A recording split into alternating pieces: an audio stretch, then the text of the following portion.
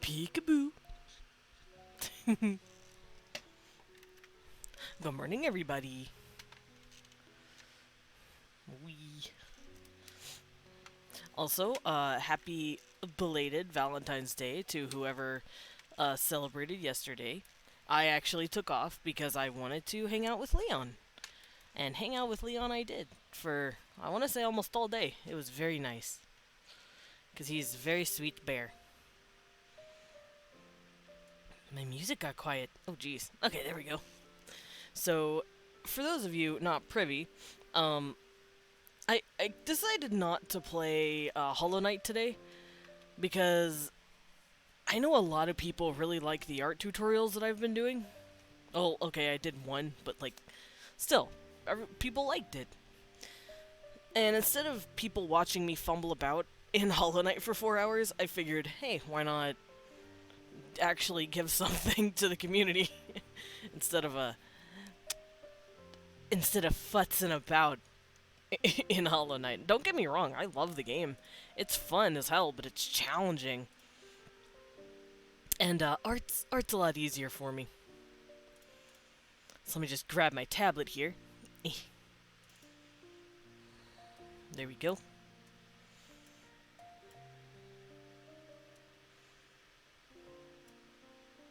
And let's hop on over. Whee! There it is. Alright. Oh. Shh, you don't see that.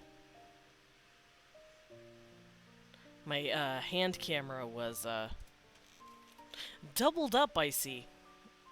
Alright. I also need to adjust my face real quick because the eye tracking is really wonky. So let's hop on over here. There we go. So, for those of you who were here last Monday, you should remember that I went over the general... I don't want to say logistics, but just like the general way I do art. Here it is. I also saved these. But I kind of went over how I draw people specifically.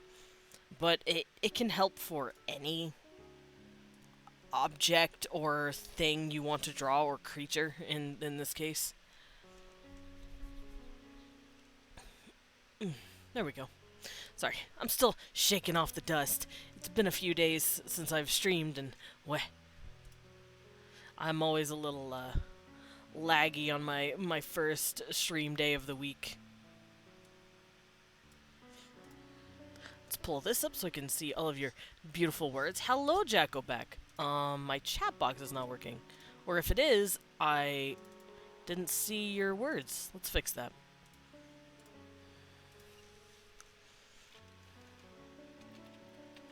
Let's test it out. There it goes. Yeah, it works now. Well, hello, Jackoback. Cute bad boy has been spotted. Oh, I thank you. Also, my stuff came in. Sort of. A couple of my, emotes are out.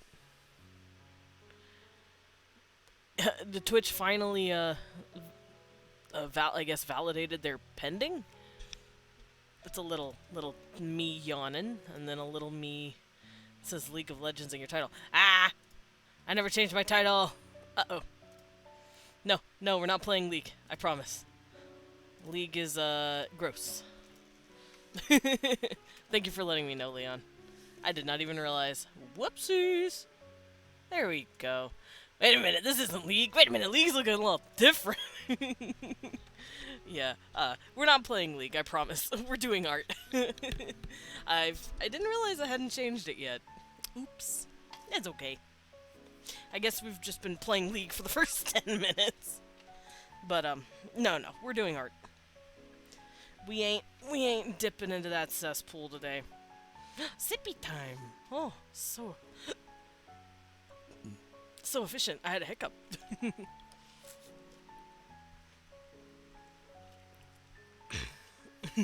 Wait a minute, this isn't League. There we go. Alright, so, Medic. Good morning, Medic. How are you?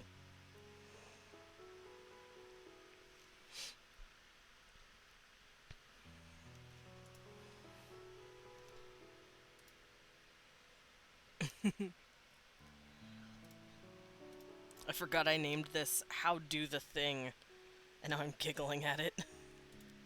So let me figure out where everything is. Because I drew a lot of stuff. Medic affectionate. True, we appreciate Medic in this house. Because, yeah, I drew a lot of funky little doodles to show people how I do stuff. So let's turn off all of this for now. And the crux of the tutorial was how do the thing. Oh, let's scoot this over here.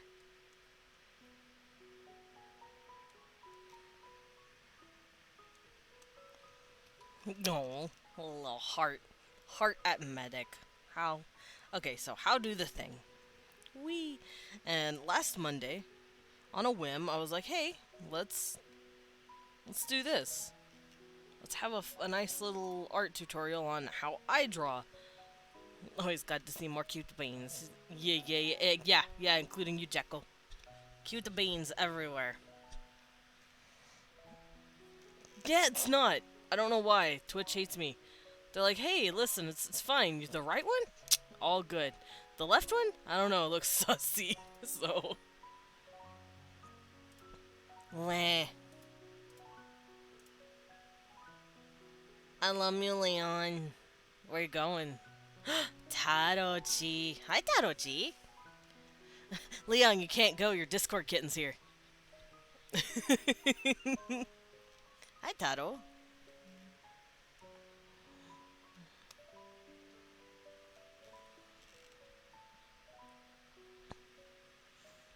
No, don't listen, Leon. I love you.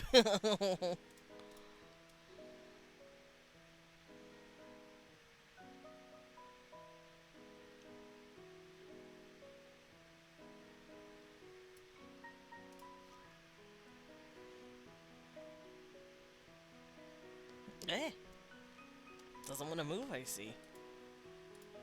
Let's scoot these over. Sorry, I'm just compiling my notes while you guys filter in. Oh, you must still working. I'm a weak, frail Discord kitten who needs his Discord daddy.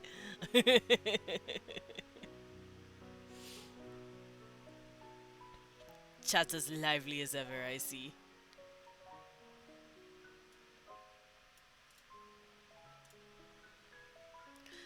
y'all kind of wildin'.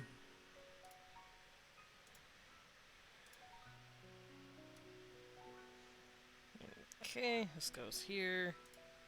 Sorry, I'm just trying to move everything. I forgot where everything went. My notes of yesterday, of yesteryear. Oof. Hello, little kitty.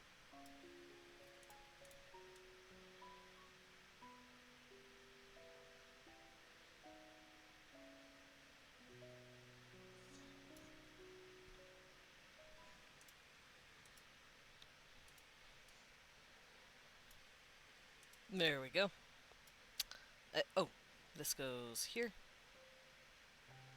Yeah.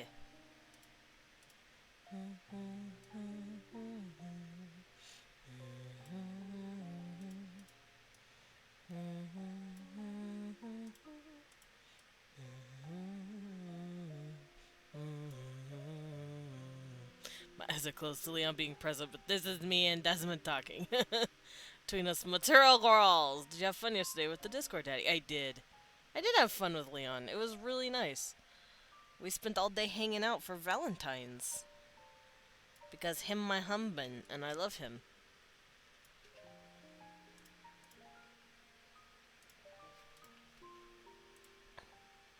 Let me scoot all this in the one folder. There we go. Alright, so on Monday, I love to hear it. Yeah, it was really nice. He's sweet. He's a sweet boy. Good man. And we had a lot of fun just hanging out. And maybe we smooched once or twice. Who knows? Slowly looks at Leon. Yeah, we smooching. But this is kind of what I did Monday. Or last Monday. Nom nom nom. And so it has started. Yawny little bat town. There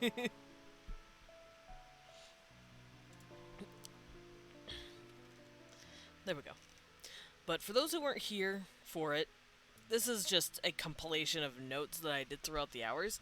If you want to watch me do this, it sounds like everyone had a good Valentine's this year. I'm glad everyone has. It was nice. Even if you don't have someone, like, as a Valentine, quote unquote, it's still just a nice day to let your friends and family know that you love and appreciate them.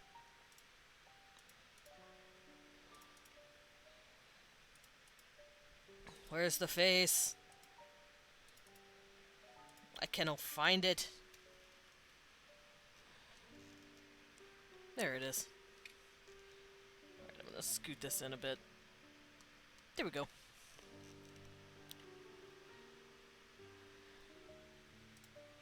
Alright, so back on track. Monday, we did this. Last Monday, we did this. And if you haven't seen it all, if you haven't seen it, there is a VOD coming out on YouTube. But you can also just see it. That's really weird. Something on my Twitch is acting up. Anyway, yeah, there's a 4-hour VOD, and it will be going on YouTube, so it's not like you're going to be losing anything.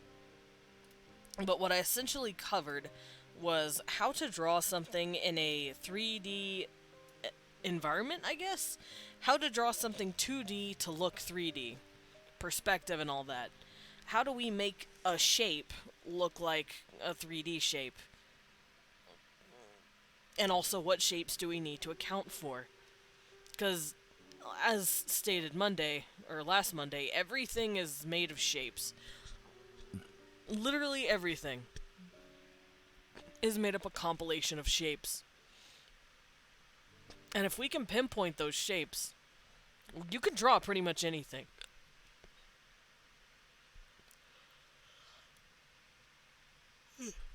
And the different shapes that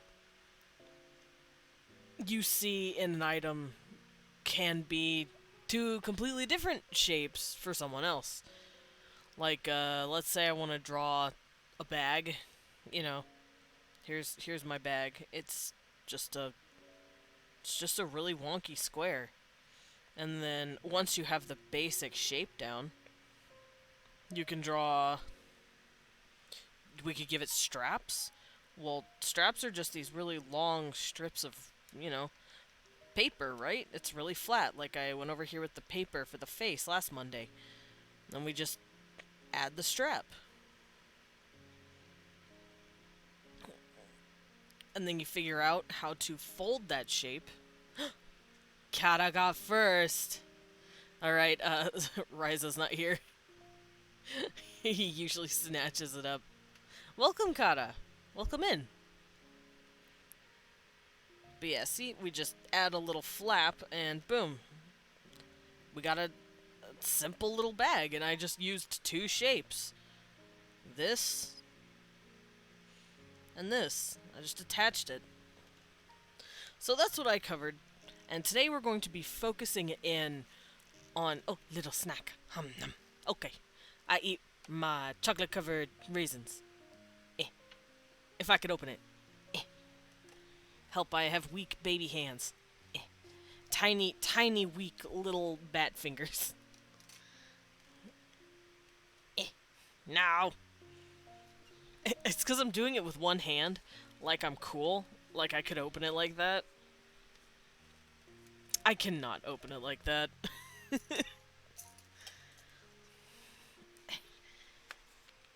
There we go. Wait, nope. It's not opening. Oh no. It's doing the child lock thing where it like... Aha! I did it. Also, these are brand new. And these are the ones Jacobat got me. Hehehe. It is bat-proof. Someone bat-proofed it. It sucks. I needed to open it eventually, though. Well, I need to, but can I is another fucking matter. Oh, man. You guys are gonna get to hear some, paper peeling ASMR here.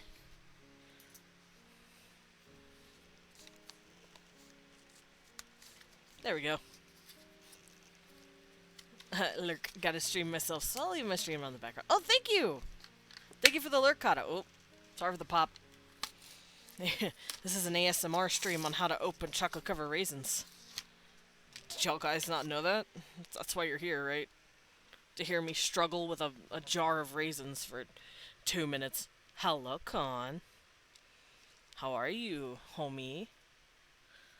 I just love the little peek emote. It makes me happy. I want my own peek emote. Not necessarily in that pose, but just me peeking. Like, sup. That'd be very fun and very cute. I'm good. I'm out here opening my chocolate-covered raisins because Kata redeemed a snamk. He peeked Desmond good. Yeah, little peek boy. That will be me. And I don't know, whenever Twitch decides to open, give me my other emotes, Twitch, please. Oh, alrighty. Enough fooling around. I got my snack. No.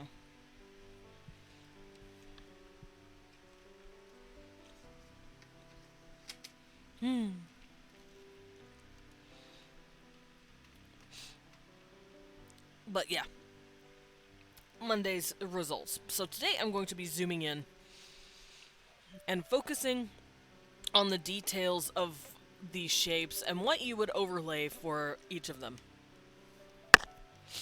And what better thing to start with than the face? So let me warm myself up here. Whee! And yeah, it is good to warm up the arm a little bit before drawing. Just get your arm remembering all those muscles.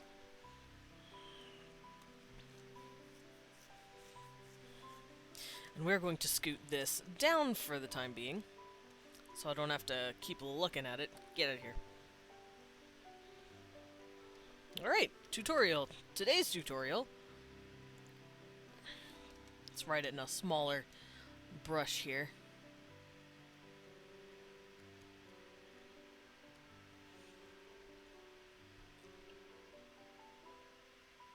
That brush looks wonky. Let's do another one. This one works. And maybe it's just my handwriting. Maybe my handwriting is shitty today. Well, today's tutorial is how detail the thing. How do we detail and add details to our basic shapes?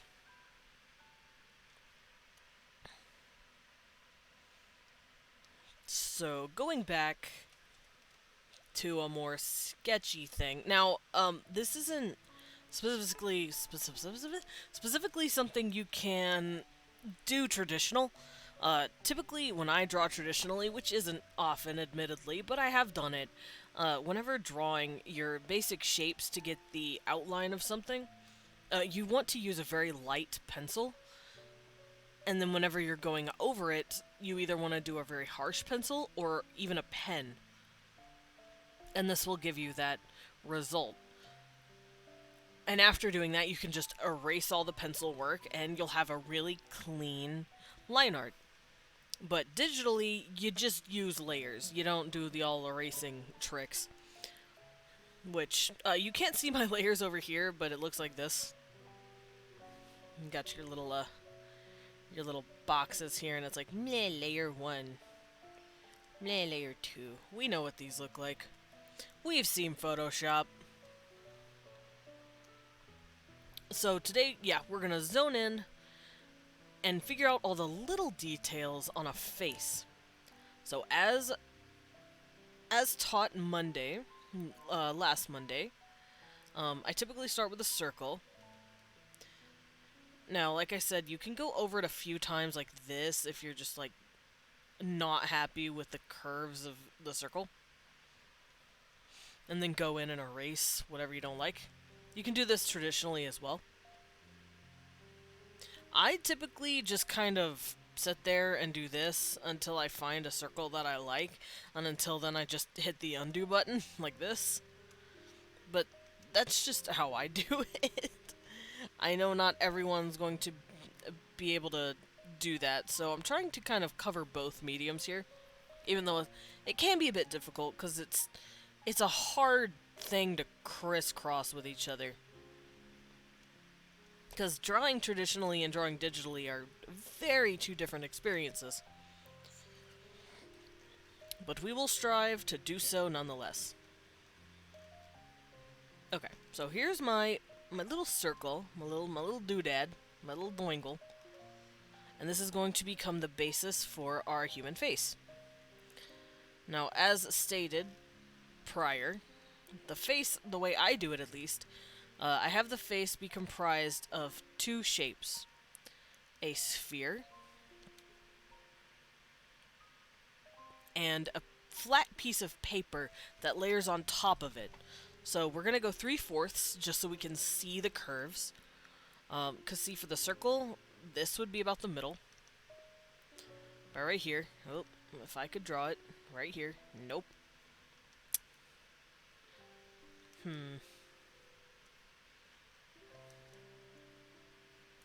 I'll get it one day. There we go. Close. So this is technically the middle of the circle, but we're not going to be worrying about that. We're going to be doing our 3/4 angle. So we're going to start at the top, and we're going to follow in between this line and this line.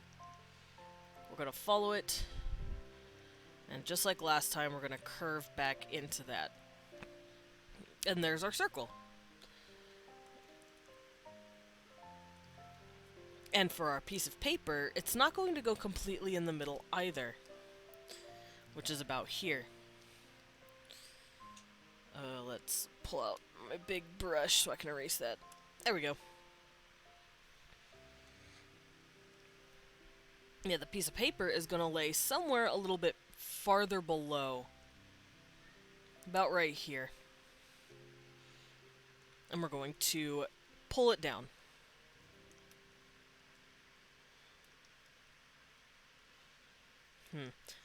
Actually, I'm going to pull it down from the middle first, just to have that anchor. It helps my eyes a bit better. And then we'll follow this, and go around. Now remember last time, whenever I was showing you guys the head will want to be kind of chopped up on the side. Like, here's your circle. You want to cut off this part like this. You wanna slice that. You wanna whoosh, go through, and you wanna cut off part of the circle so that a piece of it comes off like this. Whack. You wanna cut it off. So we're going to hack off part of our circle right here, like that. And now we have this fun little spot on the, I guess, mannequin, on the mannequin's head, where we've kind of cut it off, as you can see with your eyes. And that will help us find our jawline. Because our heads aren't completely round, they've got these softer, flatter parts on either side of our head. Because over here, you whack it off as well, on the other side. But, we can't see that. And just like I did last time, my piece of paper, I want to cut off this part and this part.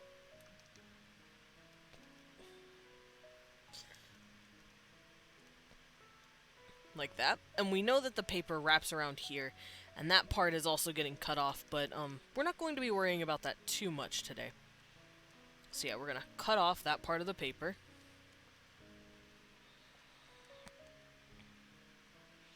And now we have our basic shape. And then I will find the eye line, which the eye line always goes halfway across the entire face. So halfway between this and this. As you can see, we're roughly halfway here. So that's where our eyes are going to go. About here.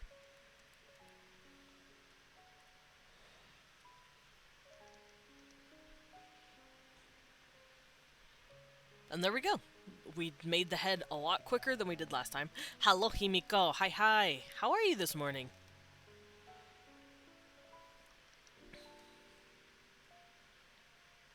There we go. Just clean it up. And this is the simple head shape that we're going to be working with today. And I'll be showing you how I go in and add the little details, because I didn't really do that last time. So, turning it on a just got home from college. Nice! Make sure to rest up and, I guess, not heal your mind, but just rest your mind. Rest your brain from all the studying. Take care of yourself.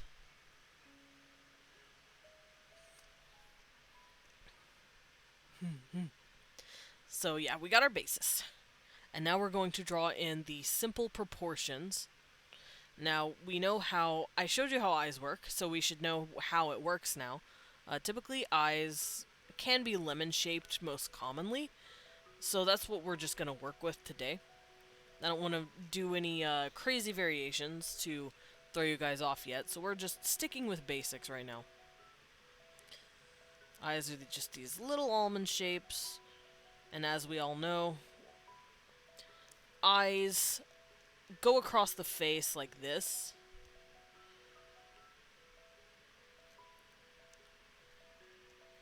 And typically our pair of eyes are one eye space apart. So this space in here is the length of whatever your eye length is. You could probably measure it too. Just measure it with your like little fingies. Just figure out the length of it and you will see that that's exactly how it goes.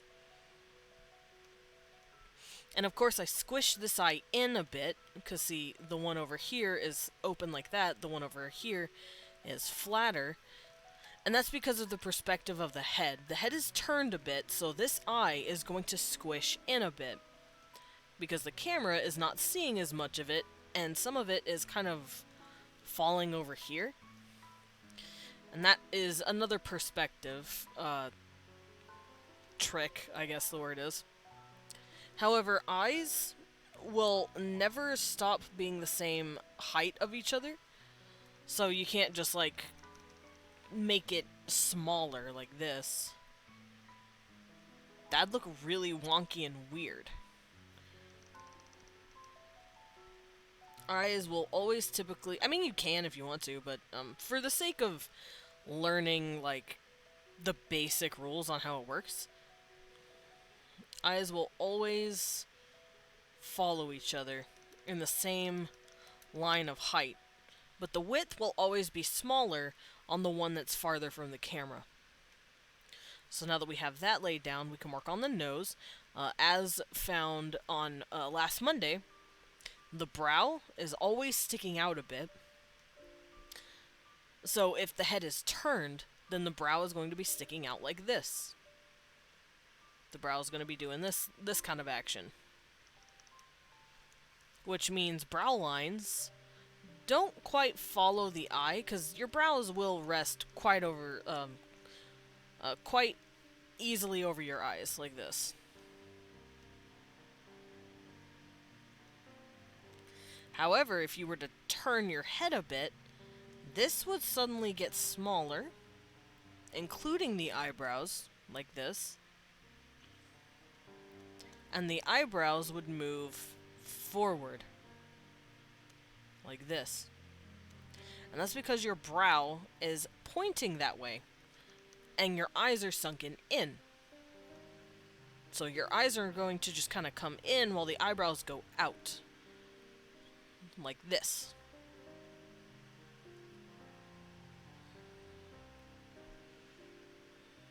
So this eyebrow will overlap the eye like this a bit, because it's facing that way a bit, but this one will go over the tear duct of the other eye. And these are, like I said, just the little details for proportions and making sure everything looks fine. Yeah.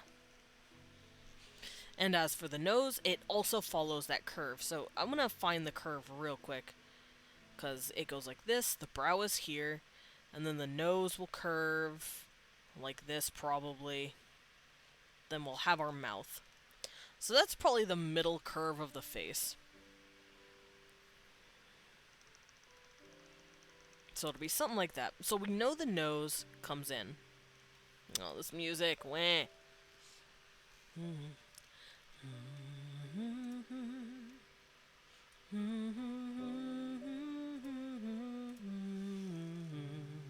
Sorry, I had to hum it for a second. This song kills me every day. It's so good. It has lyrics too. I've showed it on my stream before. I'm not gonna do it again, but every time it comes on, the urge to belt the lyrics comes to fruition, and I'm like, no, no one must ever hear me sing. Maybe one day, but not today. But as stated prior, the nose is basically like a little triangle. It can come in other shapes, but for now we're just working with the triangle, because it's the easiest to show off. So like this little triangle, dude. Something like that. So we're going to follow that brow line that comes in for the nose, and then we're going to come out for the nose. And like I said, the nose has this little triangle shape, as we saw on Monday. It lays on the face like this, and then comes out this way. Like that. So we're just drawing the shapes over those.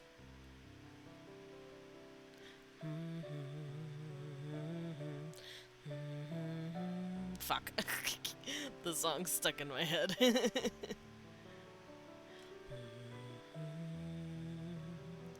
So, there we go. That's how noses work. And as shown previously, here's the nose. And the point of the nose is obviously here, but the nostrils are going to be under here.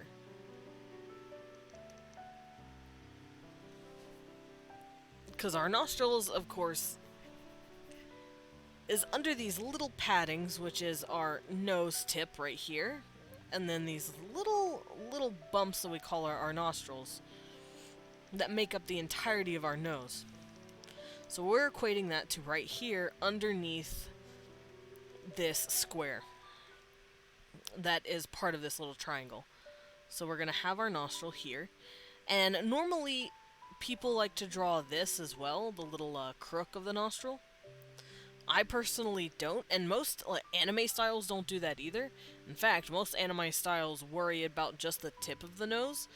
They do this, and that's it. But I like to draw like a manhwa nose, I suppose the term is. Not the Chinese, but the Korean variant of manhwa. So I typically include this, but I don't include this. But it's up to you what you do and do not include in your art pieces. Which is why I'm putting down all of the basics for now, and you can decide what you want to take out.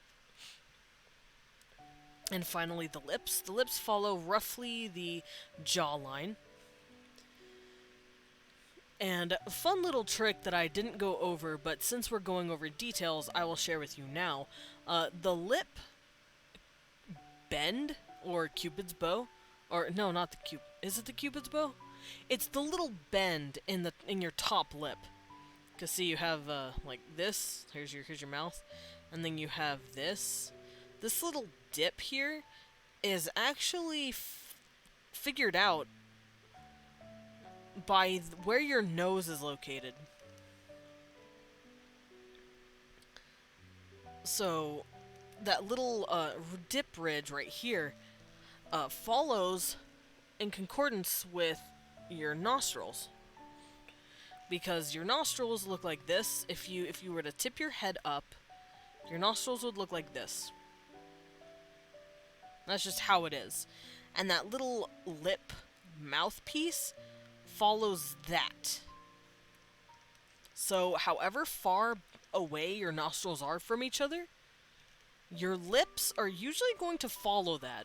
So for example, let's say I have a nose that's like this. There it is. There's my little nose. And here's the top lip. There it is.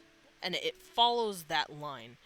However, if you were to have a wide set nostrils, no, goodness, not that big, but more wide set nostrils.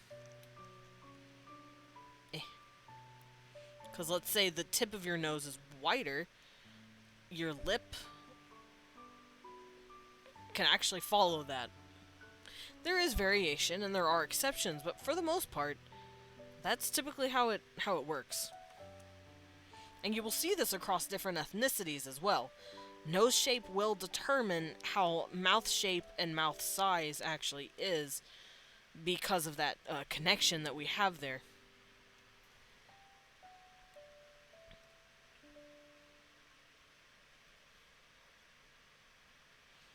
There we go.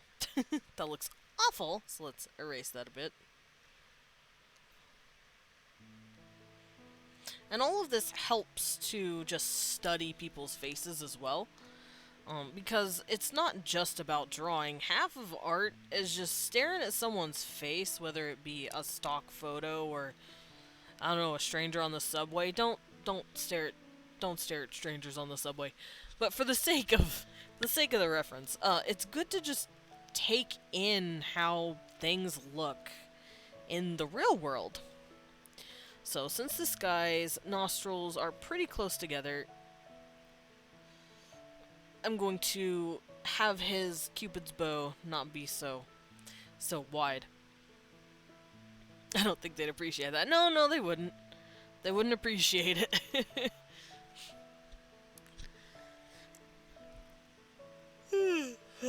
Little gun. That wasn't me. Shh. And another fun little thing about the mouth is that it will always follow. Now, Con, you betrayed me. But another fun little thing about the mouth, for proportion's sake, is that it will always follow the middle of the eye, like this. Now, like I said, it's not quite a rough and hard rule. People's faces are built differently, and if you're going for a style where you have a very little mouth, like Tim Burton, for instance, Homeboy had huge-ass eyes, and like this tiniest little mouth and the skinniest little nose. If it's not a part of your style, then you don't have to do it, obviously, but this is for just realistic proportion's sake. The mouth usually follows to about here, which is about the middle of the eyes.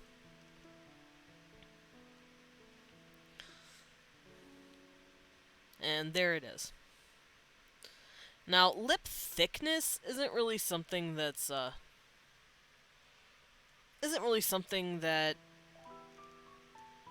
is determined by proportions. It's just kind of there. So here's my dude. As stated Monday, the lips are like these two giant dewdrops, or beans, squished together. See, here's the top, and then it's like this, with these little triangles that squish into little beans. And then we have two more triangles with a little bean in the middle. And they just all squish in together. And just like the eyes, this side of the mouth is going to be longer than this side of the mouth, because the perspective is different. So now that we have our basic human shape of our face, we can really start to go in and change, or add rather, the details. I'm sorry, I was up pretty late hanging out with Kojiro. Kojiro is a good dragon to hang out with. But I did make myself a little sleepy doing so.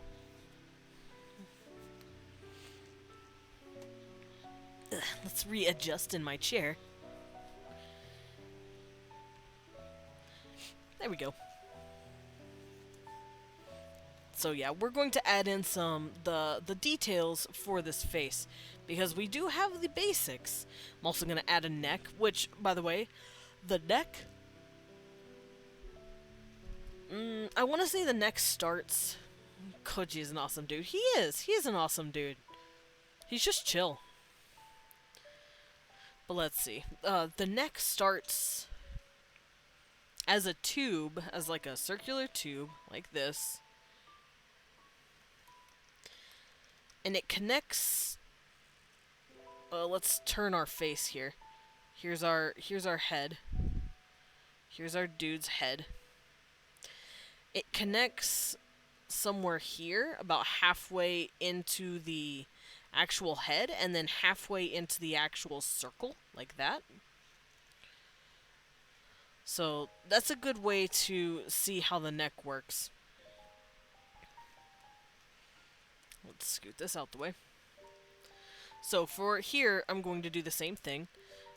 We're not going to see it look like this, because, like I said, perspective is a thing.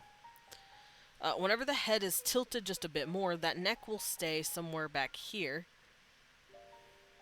And it will attach to the head at about here and about here. Something like that. And remember, it's this tube that is kind of suctioned in here and here. It's kind of very slightly pushed in here. And that is its basic shape. We can go over its full shape and how it looks later, because I'm sure you guys have seen people draw necks very detailed, and you're like, well, isn't there all this crazy shit here and here? It's like, yes, there is, but we will hit that bridge when we storm past it, I guess. So the first thing I'm going to work on with our little face here are the eyes. Now, as stated, this eye is the same height, but the same height, but not the same width as this eye. And I've also repeated a few times, if you've drawn it once, why draw it again? So what I commonly do is I draw this eye, and then I just copy it over here, because I'm not lazy, but it certainly speeds up the art process. I know traditionally you can't do that, which is why I'm explaining the proportions to you now. But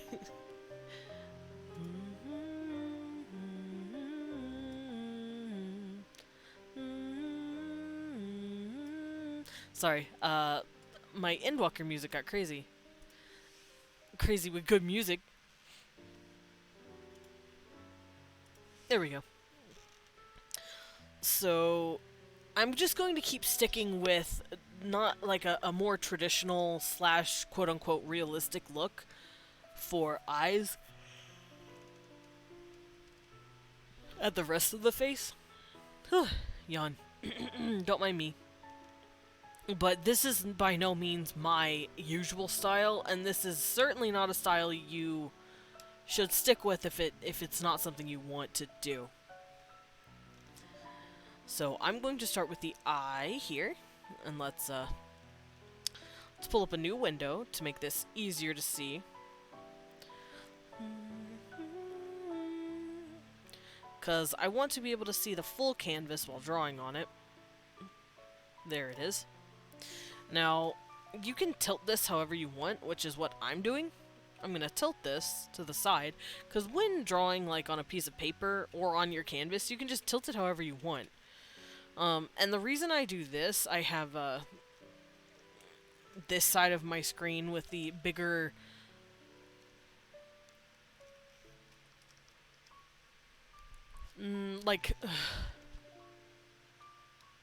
the bigger canvas to work with, and this is just a preview, is because while drawing, you can kind of get caught up in the little details, and when zoomed in, you don't see what you're doing fully until you're out of it. So if you have this here, it will help you see a full perspective the entire time. And I know Sai can do this, Clip Studio Paint can do this. I don't know if Photoshop can do this, which I would never recommend Photoshop to anyone anyway, so please pick up Sai or Clip Studio. It's a one-time buy, it's much cheaper. You can also use free programs. There are a myriad of them. Fire Alpaca, Krita. I'm not sure if they do this either, but I know they're free and I know they're good. They're better than Potato Chape, so yeah. But typically you want to look for the window tab, and for this it goes to canvas and then new window, and it lets you make a new window of the canvas that you have here, which is this. So whatever program you're using, you can do that. Let's look at Sai. I know Sai does that as well.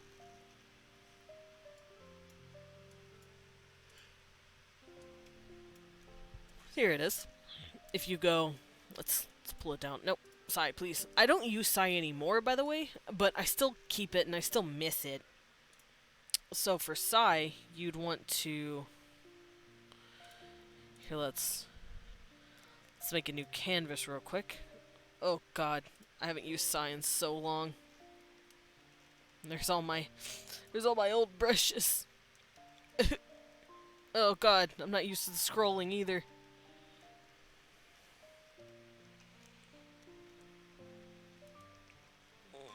Okay, but Sai lets you do this. View, and then new. And it shows this new canvas for you right here. So if you pop these off, like this, it'll let you have multiple canvases. Now in Sai, you have to like wiggle them around and figure it all out like this. Clip Studio Paint, you just click it, and it'll let you scoot it around all you want. And it's a beautiful program. It really is Sai Plus with some font and giving you the ability to make like comics and stuff. It's very good for making comics. I actually think Clip Studio Paint used to be called Manga Studio before they changed it, and I actually owned an original CD of like Manga Studio 5. I want to say in like 2011, 2012, something like that. It was really cool. But yeah, getting back onto the actual drawing portion, that was just a little side tangent for those using programs. I'm going to doodle my eye. Little yawn. Don't mind me. I'm just going to copy that and do this. Because I have actually yawned 3 times so now, and it hasn't been recorded. Oops.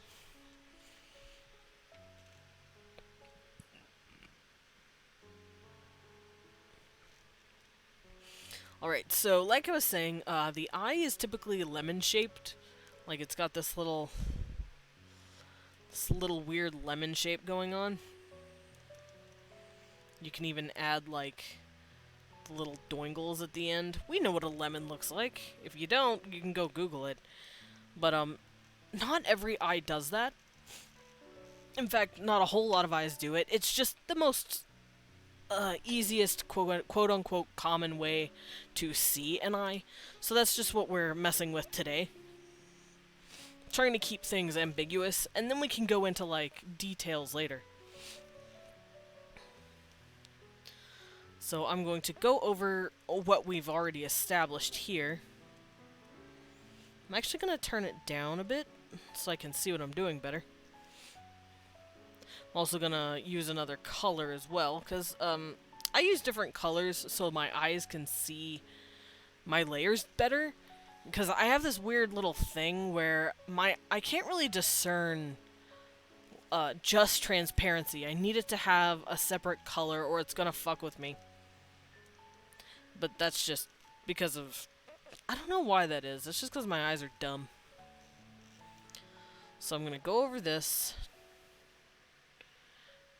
And I'm going to draw that little lemon shape. There it is. Now, when I say lemon shape, I mean it. We have these little doinglies right here. Let's turn that down just a bit. But we have these little doings right here. These little spaces that stick out, kind of like a lemon. Like the end of a lemon. And that is our tear ducts. Most of the time people actually close it off like this as well. You can do that over here. My eye's kind of droopy, so let's... And also, if something looks weird to you, you can totally select it and adjust it like this. If you're drawing traditionally, you can't do that. You're gonna just have to go back in and then erase whatever looks wonky. But for the sake of traditional art, you can go back in. So, how did I get my eye in this way? How did I know how to draw it like this? Since we're zooming in on detail, I will cover that. As previously stated last Monday, an eye is just an eyeball, which we know how to draw a ball. We've been learning. which in the center has your pupil and iris. So here's our iris, and here's our pupil. But it's a bit more than that. It has a layer of our eyeline right here, where it's shaped like a lemon, once again, and it's kind of layered on top of the eye like this. And I know it looks weird here, but it's fine. And if you look at it from the side, here's the eyeball. The iris and the pupil are actually shaped a little wonky. The iris technically sticks out like this, just a little bit. Or rather, the transparent cup of the iris sticks out. And your pupil actually sinks in.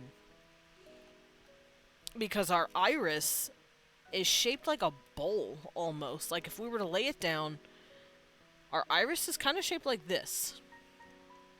Because remember, everything is shapes.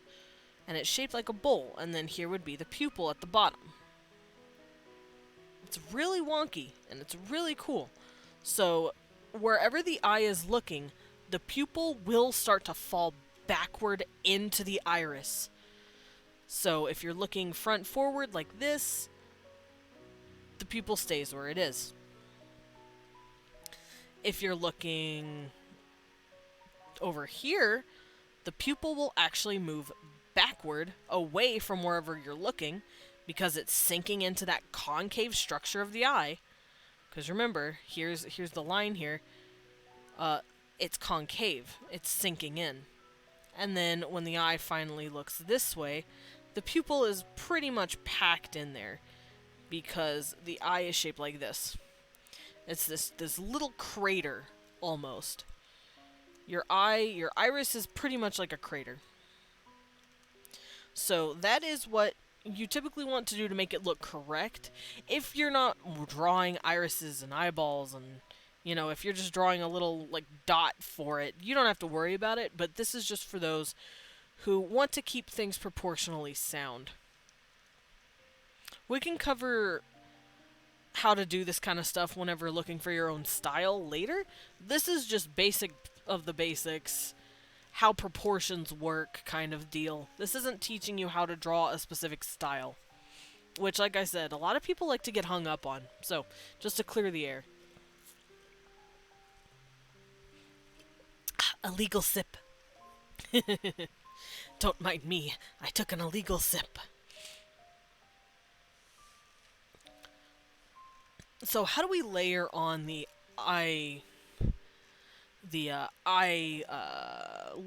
That's the term. The eyelids on top of our eyeball here. Like I said, it's these weird little strips, but it's a bit more than that. See, it's also got its own shape. It's not like the paper like I was doing the jaw. It has its own thickness to it. So while it's technically a shape like this, kind of, it's still kind of thick.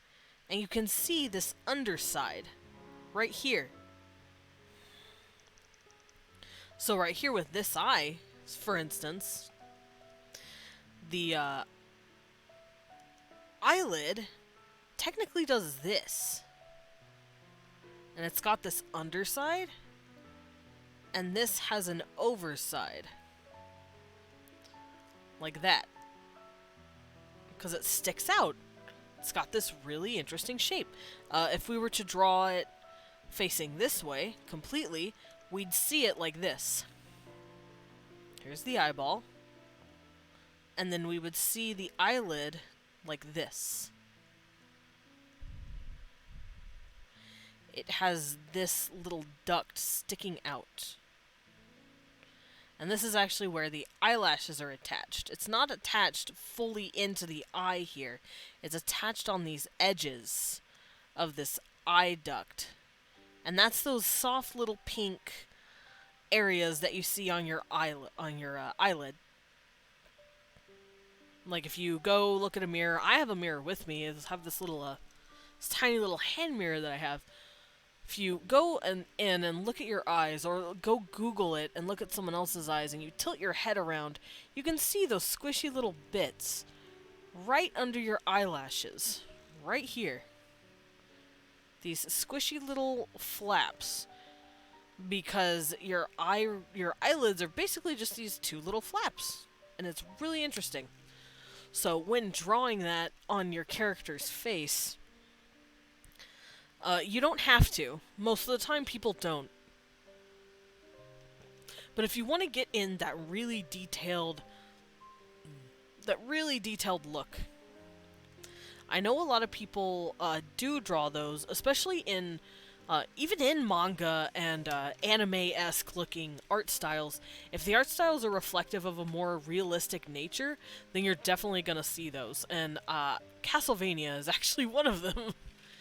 For those of you who haven't seen the Castlevania show, first two seasons are fucking bomb. Third season was okay. And here I am praying that the fourth season is much better. But let's go look at someone. Let's go grab their face real quick. So I can kind of show you an example of a more realistic art style, but still anime, quote unquote. This works. Here's a beautiful baby face himself, Alucard. So, even with this, like, quote-unquote anime look, it still has a lot of realistic designs to it, and that's because it's based off of a lovely artist by the name of Ayame Kojima, who drew in this kind of style, and the anime adapted to it. And for Alucard, we can see here, here's his tear duct. They draw the tear ducts pretty long, actually, which is really weird. Here's the tear duct. Here's that top lid. And then here we can see there's two lines down here. Right here and right here. And that's because this is the pink of that tear duct. That's the underside of it. So there are ways that other styles can show off realistic proportions. And then see, his eyelashes are attached to the end of that. Because remember, our eyelashes don't attach to our eyeball. It attaches to the end of that duct. Or not really the duct, but like this little eyeline. So if you want to go for a more realistic anime look, adding in just the little bit of these eyes right here makes it. I'm sure you've seen this a few times, actually, in other different animes. I don't know any off the top of my head, but I'm sure it's been seen before, especially when people are trying to detail out a specific character or like a villain character. I think it's been done on JoJo's Bizarre Adventure a few times. I think it's been done in Vampire Hunter D. Just this really, really pretty, realistic look, despite it being anime. Now, how do we translate to here? For me, I don't do it in my own style, but for the sake of it, I'm just going to go over it like this and pretend it's there for now. And then we can go in with the line later and show it off. And for eyelashes, eyelashes work the same way as eyelids, except reversed. While eyelids come down over the eye, eyelashes pop up away from the eye. And eyelashes are also considered this 3D object, and they curve like this across the eye. So if we were to look at an iris or an eyeball looking straight on, you will see eyelashes doing this, because it kind of flutters out from the eye, like that.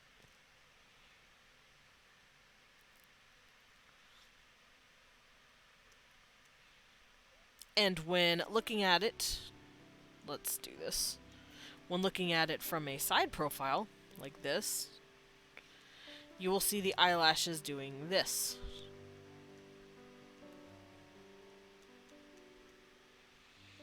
They do this fluttering. They're like a fan, kind of fanning out from the face. So in order to show that off, let me scoot these out the way. Whee! Get out of here. So when showing that off, you can do the same thing here. Figure out those lines, because remember, here's where our eyelashes are going to be. I'm going to draw that out. And then here's our eyelash space, and we just follow that space and that curve. Now, you don't have to add so many eyelashes at once. If you're trying to go for something more realistic, then yeah, adding that many eyelashes is fine. But typically you don't want to add so many, or things will start to look a little busy. And as far as I'm concerned, art isn't about how good to make the thing, but what can you take away from the piece and it still read and still give you... It still puts out the intention that you were meaning. So for eyelashes, we could just do these simple little things like that for now. And we can erase the guideline, because we don't need it. And we can just say this is our eyelashes for the time being. I will go in and show how I do it in a stylized manner, but for now, there it is. And I'm gonna copy it, and I'm gonna do this. Whee! Oh look, my eyes, I did it. I did both my eyes. And then I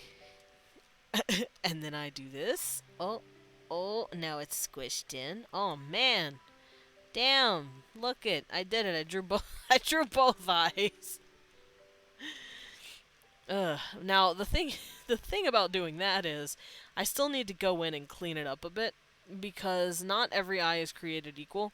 And by that I mean once the eye has been tilted this way, you don't see it the same way anymore. We see the eye this way because it's facing the camera a bit better. But this eye, it's completely... It's warped its shape just a bit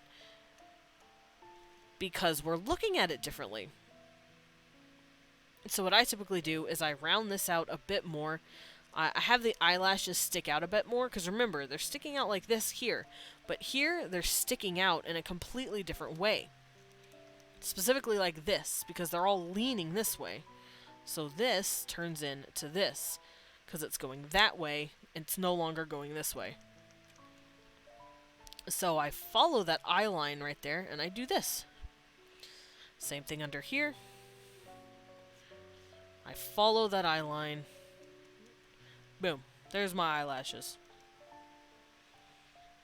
Very fun. And that's how I do the eyes. And then we add in the iris.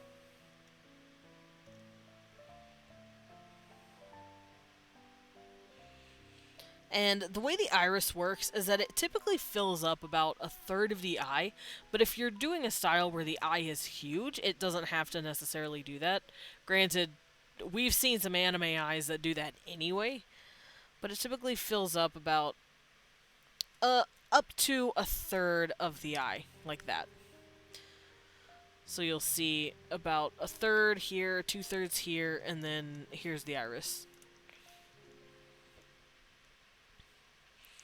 And now since this person, I want them to be looking at about here, in this zone, this eye is going to stay where it is, so because it's looking directly at the camera.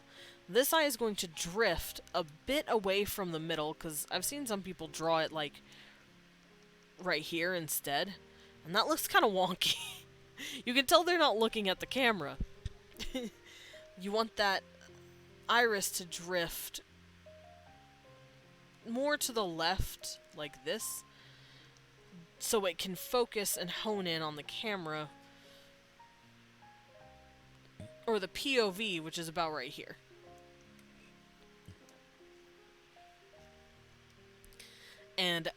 here we go with the little pupil. And as I stated earlier when I was showing you guys this thing, this pupil is going to sink in just a bit like that. Because remember, the eye is concave. And here it's going to come in because that eye is pointed a bit more this way. And that is how I do my eyes. There's all the details right there that you need to know of how to draw eyes. And of course, we have our eyelids, because remember, they fold over right here. So the eyelids are going to be about right here, because they folded over. And I know some people draw the eyelids underneath as well, right here and here. But I'm not going to worry about that, because it makes the character look a little aged. And we don't need to do that right now. We're just focusing on one aspect of a character's face. All right, now we're done talking about all the eyes. Let's scoot all of this. Oops, I messed that up. There we go. Let's scoot all of this out of the way, because now we're working on noses.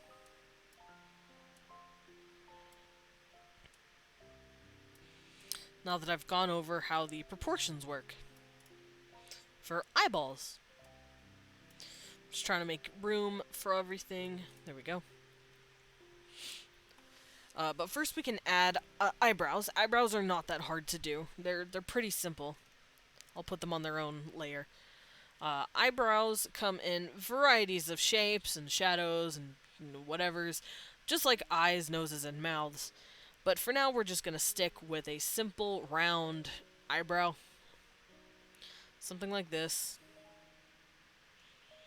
And we all know what eyebrows look like. They're just these little squiggles. These little lines that hang out on your face. Some can be straight as an arrow. Some can curve a little bit, like this, like a little crescent moon. I'm going to be working on the little crescent moon shape, like this. If it would come with me.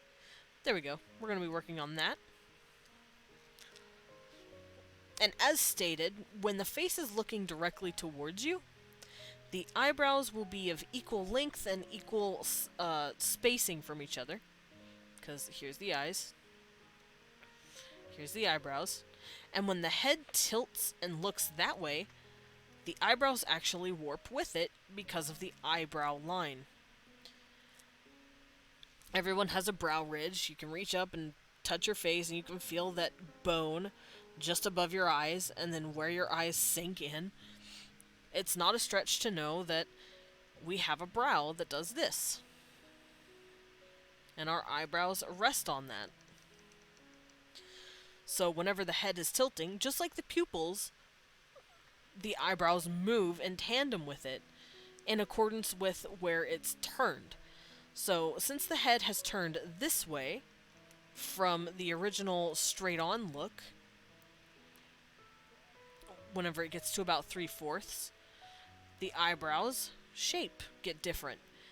This eyebrow gets smaller, or rather, it gets, it doesn't get smaller, it gets thinner. It gets more squished in, just like this eye. It keeps its length, and it keeps its height, just like this eye to this eye, but it loses its width. It keeps its height, it loses its width. That's the correct terms there. So it will turn, and suddenly this one will be longer than this one. At least from a perspective's point of view. This one over here, facing the camera, will also scoot a bit forward, because remember, that ridge is moving.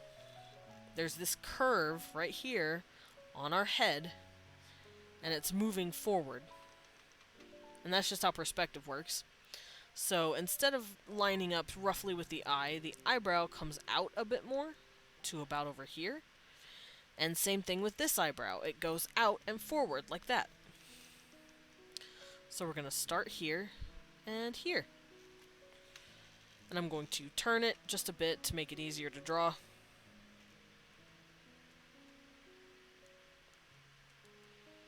Like that. Like so. there's our little eyebrow. And we'll add the same thing here. The same basic shape, but like I said, it's squished in more. So the little crescent moon is going to be shorter. There we go. And to reflect that, we're going to have the brow stick out like this. And then sink back in with the eye. Just like that. So, like I said, brows, not that hard to deal with. Noses, on the other hand, as well as lips, have a bit of parts to them, just like the eyes. As stated, when looking at a nose from the underside, it typically looks like this. It's flattened on your face. Here's the nostril parts. And then here's the tip of your nose. This is us looking completely underneath someone's face. And then the nostrils do this. Now that's not a hard and fast rule, but that's typically what it looks like. So when looking at our nose here, we can think of it like that. It has that little look right here. And then the nostrils will be here and here. I don't know if that reads very well. Actually, I know what to do. Whoop. Let's still this.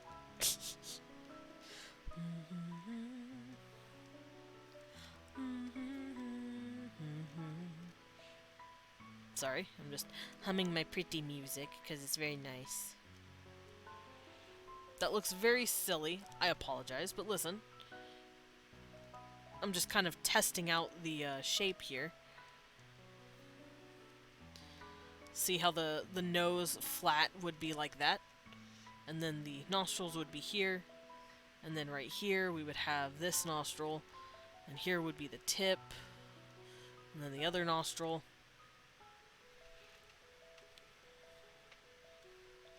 Nose has a lot of working parts. But since I've already laid out the groundwork, I'm going to just follow the nostrils, or the nose's basic lines, like this. I'm going to add my nostril right here.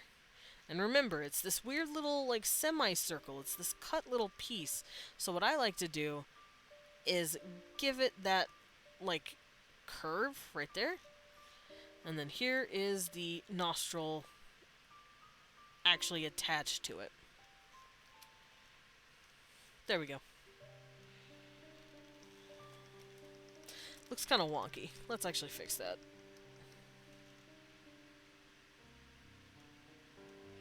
There we go. Looking better. And over here it's the same way. It's like this with nostrils.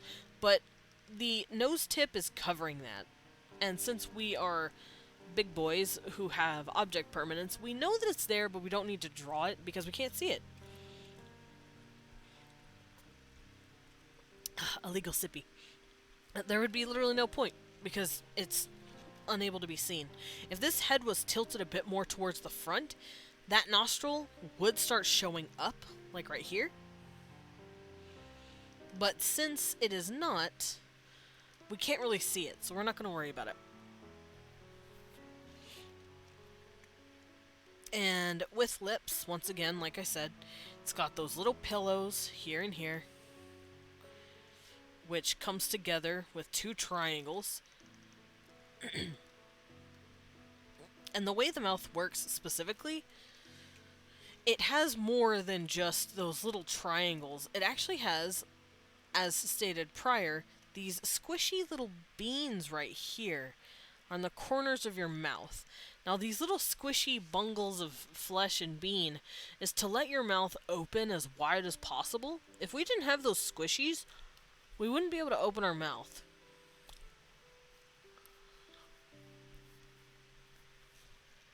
So we're going to emulate that. Here is the tip of the mouth, the little tips.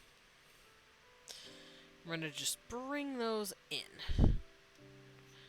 There's our mouth lip. And as stated, here is the little squishy bean of our mouth. It's literally like a little bean, like this. cute little bean shape. It's just sitting there. Right here. Same thing over here. And these squishy little beans are just these big, round, squishy things, like this. If we were to look closer at the bean, it would look like this. This squishy, squishy little mouth.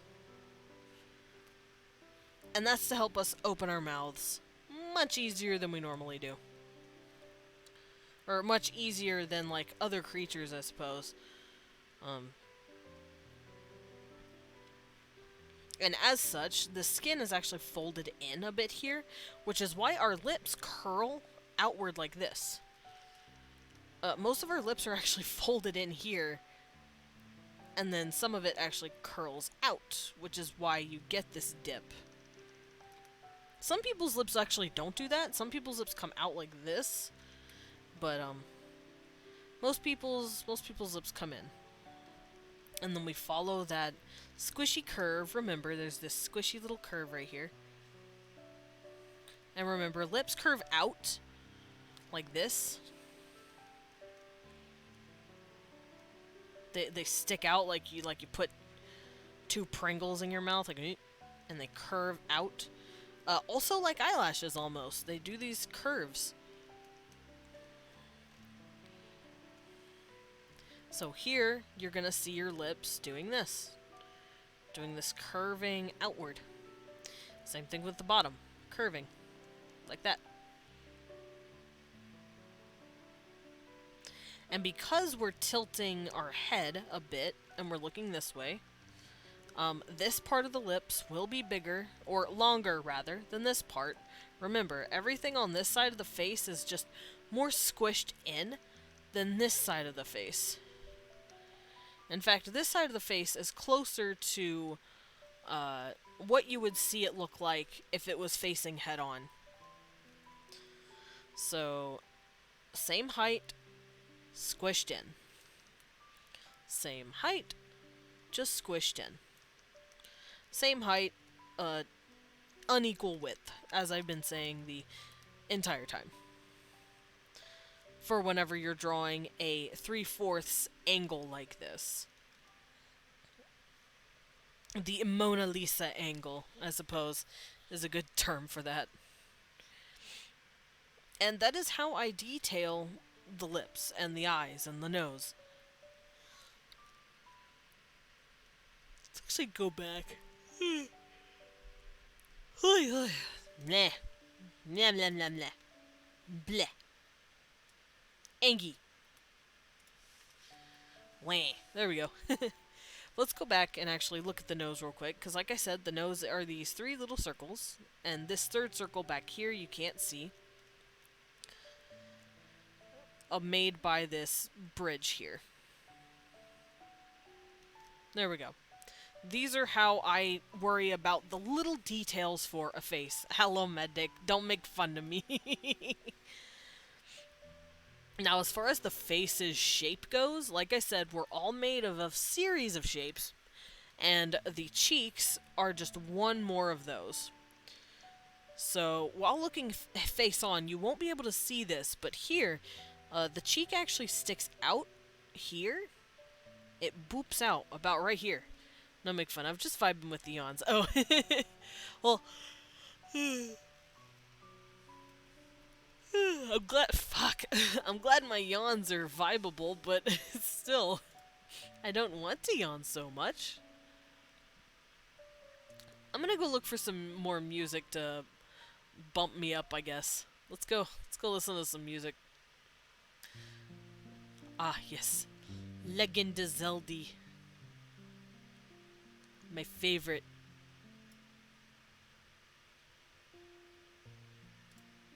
There we go. Oh, hiccup. But yeah, the, yeah, that's why I made that,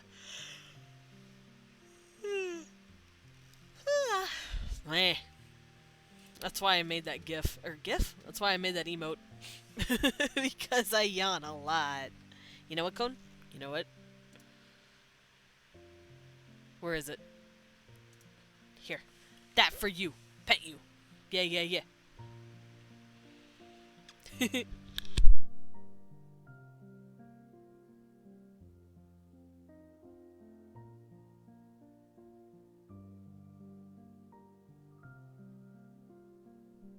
Tee. Also, if I still sound a little stuffy, that's because I am. The weather likes to do this fun little thing where it was 75 degrees yesterday, and now it's like bordering on 50, and I'm kind of cold, so my body's going, oh, you must be sick, or oh, the allergies must slap you across your face because stuff is awake, and now you're cold on top of that.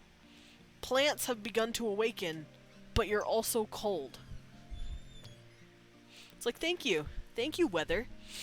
Went from 50 to 20 here. Jesus, please give me the 20. That sounds so nice. I don't like it when it gets hot, so...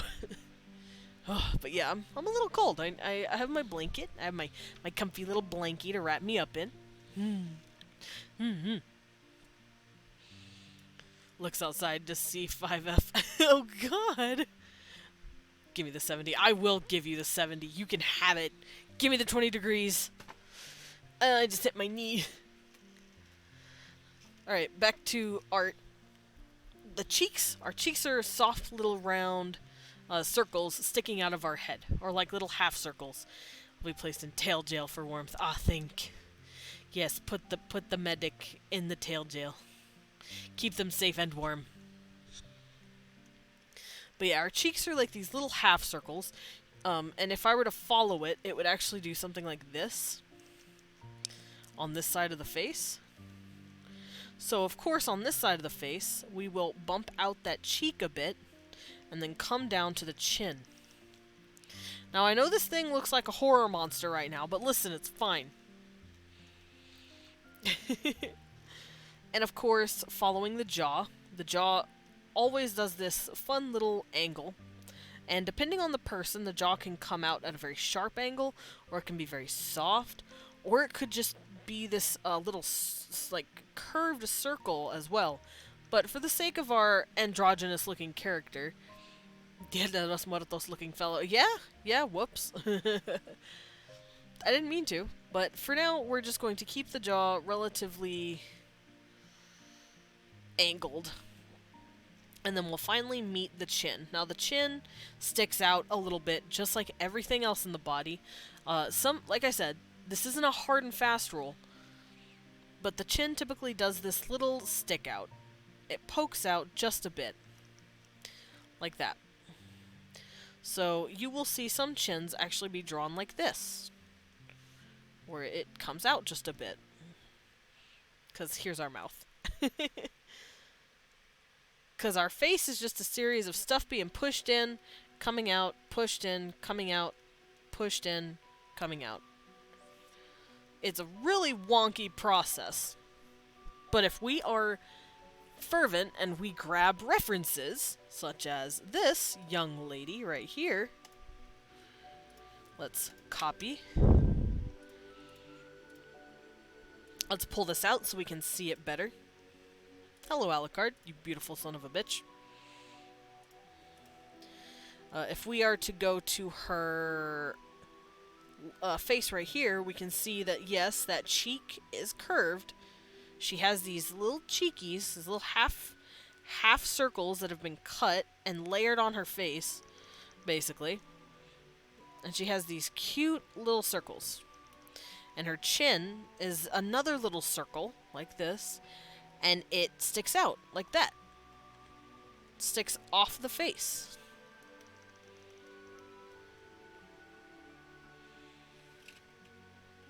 And if we were to zoom in even more, we can see these curves on this face. So it goes out, in, out, in, out, in. Stretch my wingies! Okay, let me stretch my wingies. Ugh! Ugh! Wingy stretch. There we go. I stretched my wingies. This music is getting Kinda loud. How do I do this? There we go. Oh, that felt good on my shoulders though. But yeah, now that we have all of the details done and looked at, we now have a greater understanding of how it works. Thank you, music. You're very boisterous today. I'm gonna turn it down on my headset. There we go.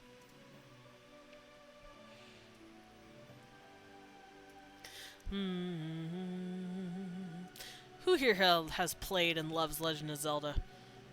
Because I will cry if you didn't.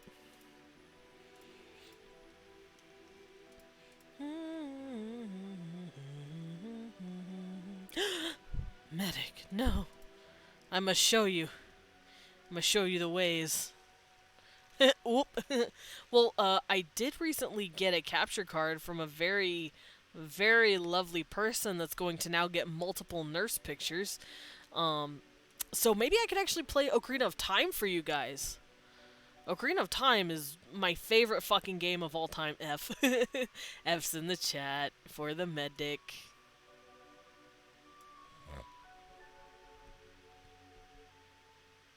I'd love to watch. Good!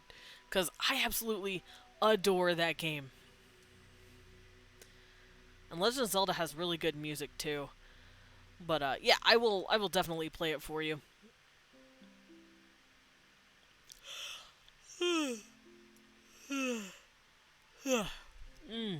I'm not keeping up anymore.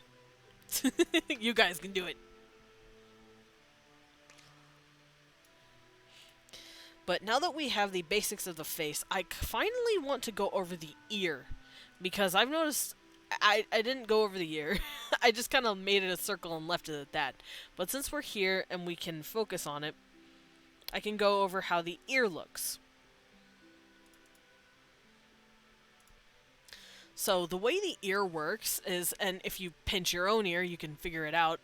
At least if it's a human ear. I'm sure Medic can pinch their ear and figure it out. Me and Con, we're gonna have to use our imaginations. But let's pull out this lady. She doesn't actually have her ears exposed, so we're gonna go Google an ear, and I can show you how I do this.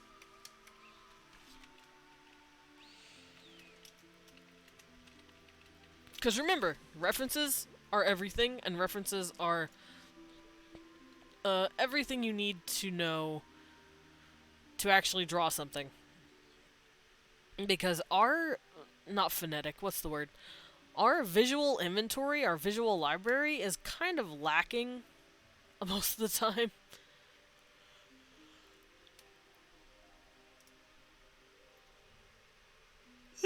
I keep trying not to yawn at you. But we shouldn't be expected to remember what every single little thing looks like. That would be actually atrocious. Our brains would literally freaking explode if we were expected to recall every little detail of a person just to draw it. That would be hella annoying. So I'm going to grab this.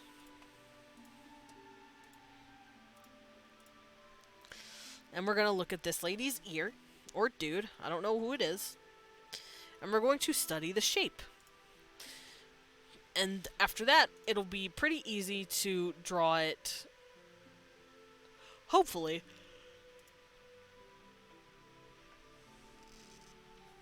Hopefully it'll be easier to draw from memory after showing you how it is proportioned, because I've already gone over how eyes look and how the mouth is supposed to be shaped, but I never covered the ear. So whenever looking at ear shape, it's always going to be this really strange combination of a circle, like this, and then a smaller circle, and they make this very interesting, almost like half of a diamond shape, kind of like this. Here's the big circle, and then it follows this straight line to a smaller circle, and then it comes down. into like this really weird, really wonky little shape. So we will remember that shape when drawing here.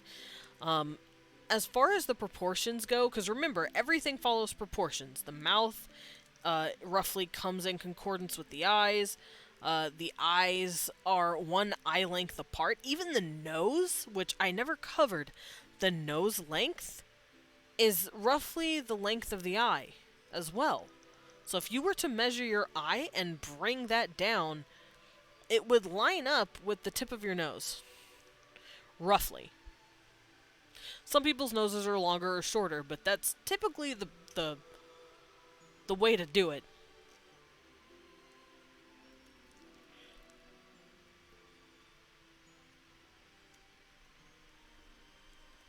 Like that. So the eye and the nose is like this perfect triangle shape. It's like a square, like half a square here. Let's do this.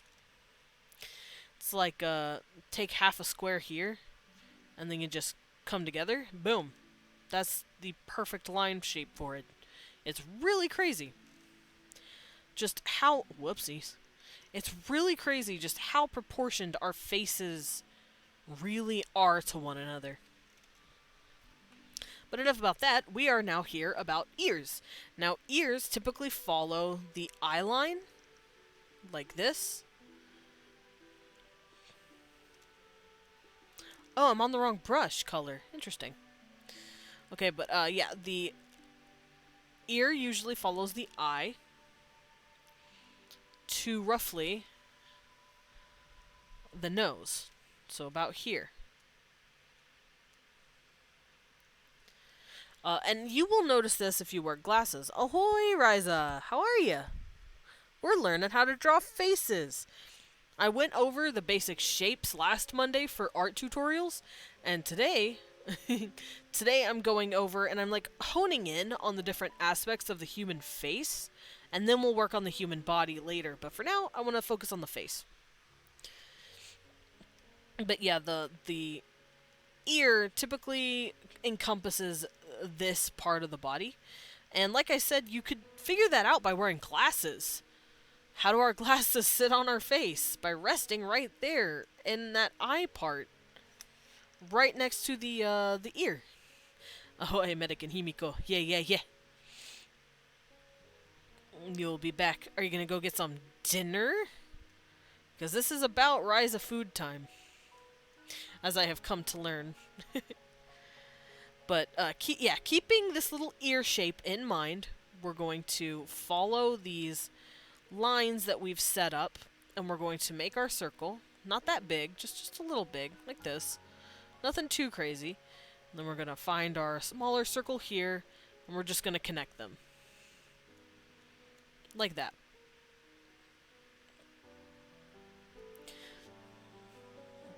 And that's typically how I find the ear. You find it here to here, from the eye line to the nose tip, and then you just find these two little circles and circle around them. Now, how do I get all the weird, wongly little bits in the ear itself that we see here? What is all that stuff? I'm gonna get wet. Ooh. Captain's gonna get wet.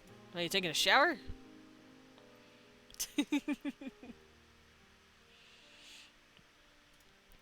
But let's study on how the fuck we're gonna get the ear out of all that. How are we gonna get that shape? What is all in that? What is that? What is all this? That's so weird. Why are our ears like that? Well, since I'm not, an ear doctor, I'll lurk now. Alrighty. Have fun with your lurk. But yeah, I'm not an ear doctor. I can't tell you scientifically why our ears are shaped like that, but I can certainly tell you how to make it look nice.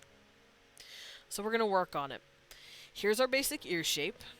Remember, we're going to do that big circle, but instead of drawing it, I'm just going to remember that the shapes are there. These little shapes. And remember, these 2 points meet pretty much, like this, to get that shape in. Now, what is all this crazy nonsense in this ear hole? Why am I worrying about this? So, there's this fun little trick that I learned a long time ago. Huh, little snack. It's chocolate covered raisin time. Nom nom nom. Nice sound. Thank you for the snack, medic. I could just picture people just picking up a little snack for me and just kind of putting it in my face. Like, here, eat it. Push. Crunchy.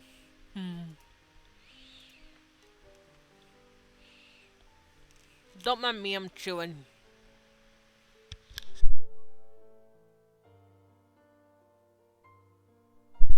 Nummy snack. Alright, so, back to the ear.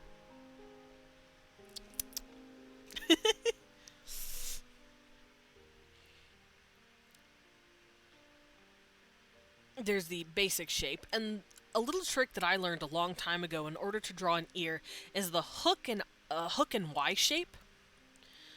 Ears are really wonky shaped here. But if we break it down into simple shapes, it's a lot easier to figure out. So, like I said, I follow something called the hook and eye shape. I look at the ear and I see this inside of it. The outside of the ear is like a hook. It's got this hook shape.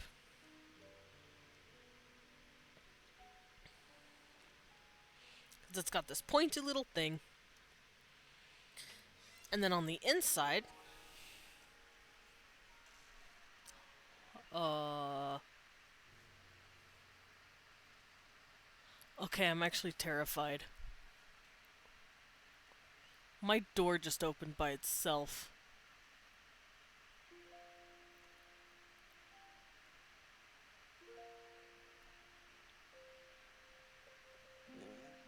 Guys, if I die, remember me how I was. my door opened by itself. Maybe Leon just didn't shut it fully and it finally popped open, but I'm scared.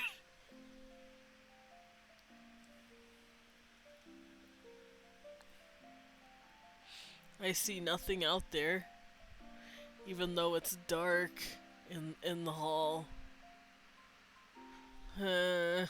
Whatever. We're gonna pretend that didn't just happen.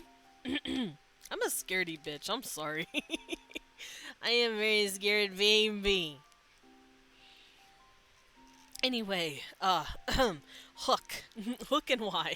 Here's the hook, as we can plainly see. It's right here. In our little ear shape. Let's fill that in. I'm going to do this so we can see it. And we're going to fill in the Y, which is right here. It's a Y shape that kind of bends with the hook.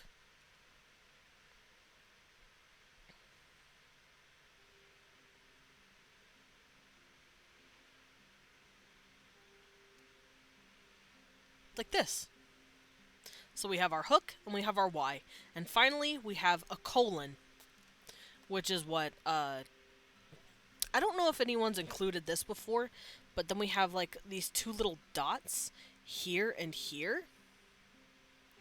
And those kind of attach to each other. So we have our colon. The colon of our ear. And that's how I typically get over different ear shapes. So if we were to put that in here, we would remember that, hey, here's the hook. Here's the Y. It bends with the hook. Like that. And then here's our colon. Here's the one. And then here's the other. And then those attach. And there's the ear shape. So remember, hook, Y, and a colon. And then you have your ear shape. It's that easy, that simple. So up here, we're going to do that again. We're going to go hook, our Y, that follows the hook, and then our colon. And there, that's how you get an ear. Ta-da! I'm going to shrink it just a bit for my personal sake, because I want it a little smaller. Because, like I said, some people's ears just are smaller. Some people's ears are bigger. It's just how it works.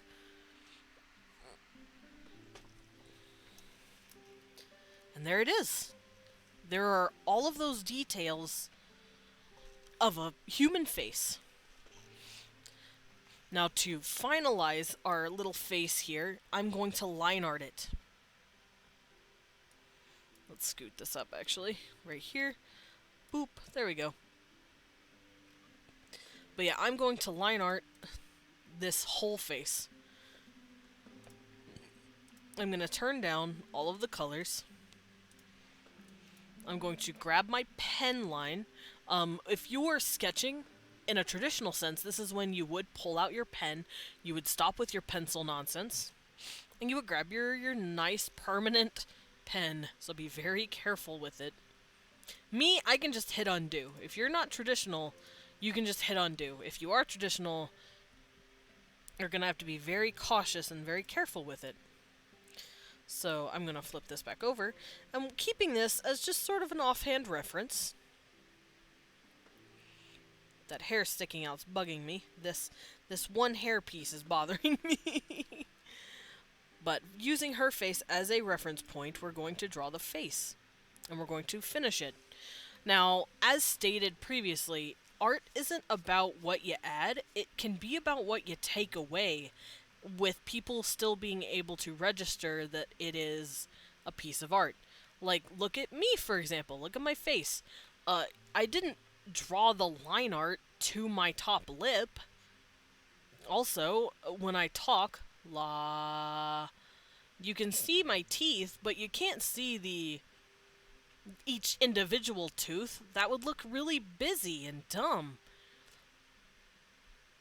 As well as my hair. You don't see every strand. In fact, you see giant chunks. Or my eyes. You don't see the tear ducts, do you? No. And my eyelashes? Holy crap. No one's eyelashes are actually like this. Okay, I'm out here. I feel like I'm roasting myself. But, yeah, seriously, you get the idea. This is just the style that I adopted to draw my own face.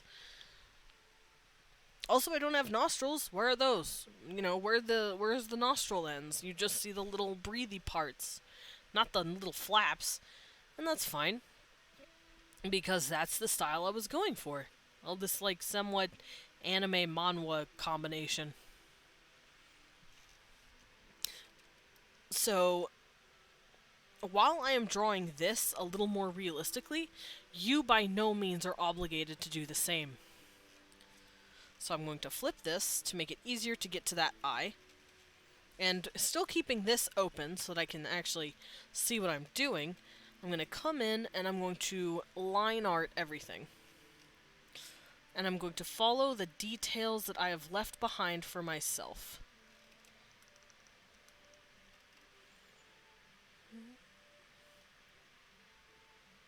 There we go. And remember, we have a little tear duct right here. I'm going to zoom in here so you guys can see what I'm doing a bit better. Yeah, we have this little tear duct right here. Okay, let's scoot it this way now.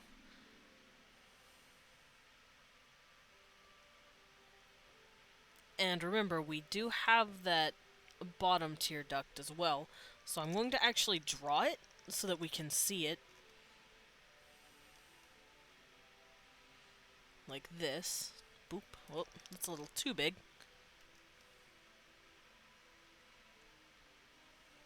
There we go. And I can see my bottom tear duct now. Like that. There's the actual inner ducts here and here.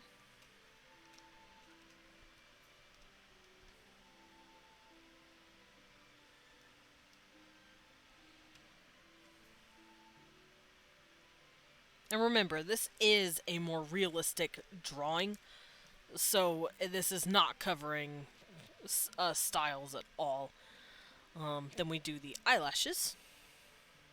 Actually, before I do the eyelashes or anything, I'm going to copy the basic shape, and we're going to, once again, flippy. And I'm going to scoot it here and bring it in. Boop.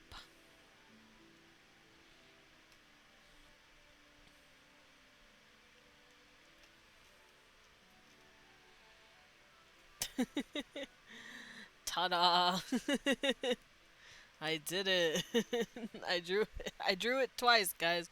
I didn't draw it twice. Yeah, there we go. My two eyes.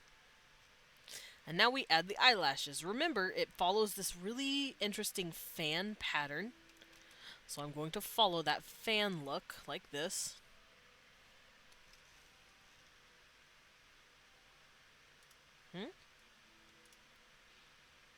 Oh, my stuff popped up. Sorry. I got some messages on Discord, but it was just people going live. I thought something happened. I got worried. But yeah, we follow these little fans with our eyelashes. Like this.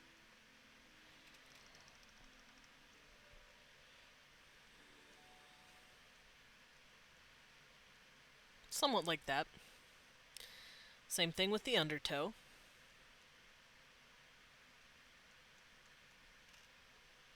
Something like this. And then we'll do the same over here. Remember, since the eyelashes are fanning out a bit more that way, they're not going to come in and out this way on the eye. They're not going to do this because we're not looking at the eye that way. They're going to all be facing this way. Like that.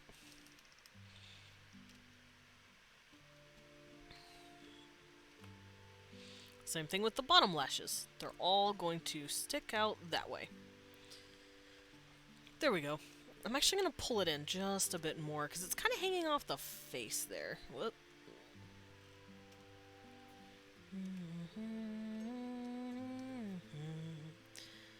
There we go. Something like this. That's better. And now we draw in the iris, which is just a little circle, and the pupil.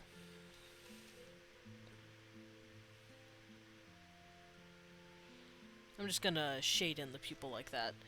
And over here, we're gonna do the same thing. We're gonna draw the iris and the pupil. Remember, that pupil is farther back, so it looks something like that.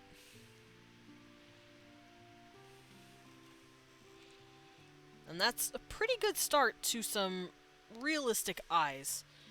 And up here, I'm going to do the eyelids. As you can see here, the eyelids do layer on top of that skin. Like that.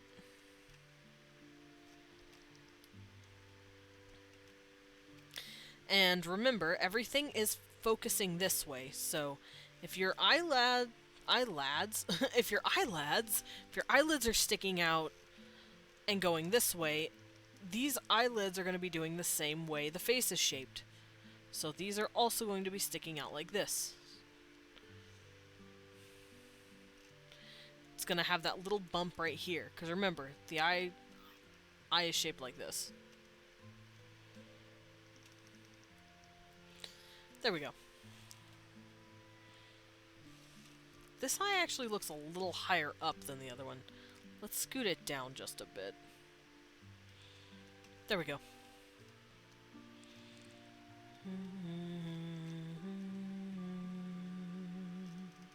And now we're going to work on the eyebrow.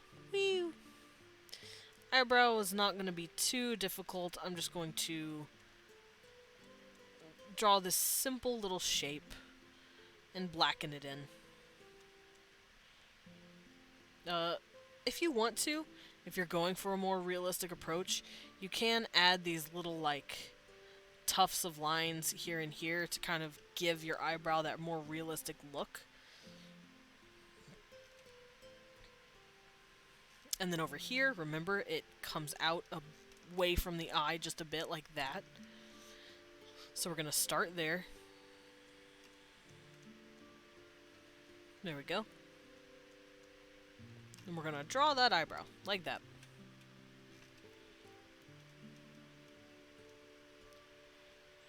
And now I'm going to do the nose. We're just going to follow the nose line, like this. Not hard.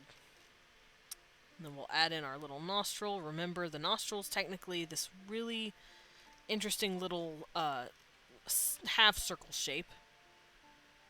So I like to add this little lip underneath. And then we'll add the nostril line on the end, over here.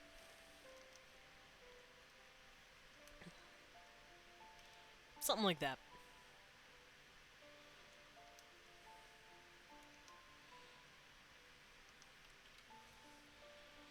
Yeah, that looks okay. And now for the mouth. Remember that little bean shape? Our mouth corners actually follow that bean shape just a bit. So it's almost like this bunched up little like circle right here. And then the mouth, following the curvature of the face, does this very slight curve. Something like that. And the bottom lip will follow that curve as well. Remember, it does this. I'm not going to draw the whole lip, because like I said, less is more. You don't want to clutter it. But we are trying to draw something more realistic. So I'm going to do something like this, where we can see like the lip lining on the inside of the mouth, I guess. But that's just, nah, that looks dumb. Never mind. Let's not do that, because that looks stupid.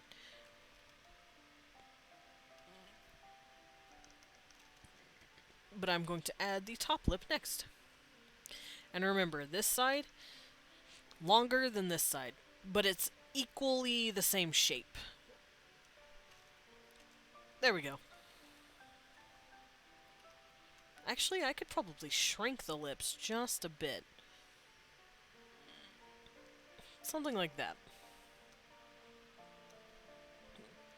And remember, the corners of the mouth are going to be bigger, like this, these little thick lines, before going into a very thin line, because of that interesting little bean shape we have going on.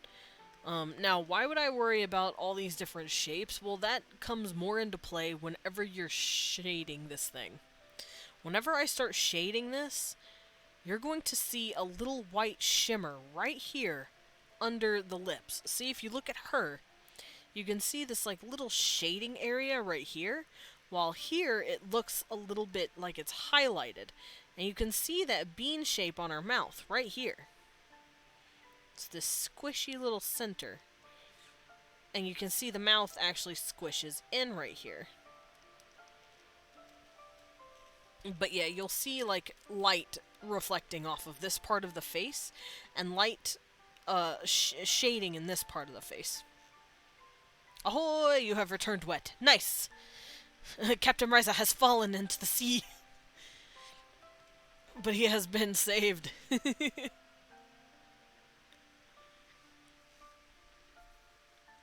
I'm also gonna steal a little illegal sip. Don't tell anyone.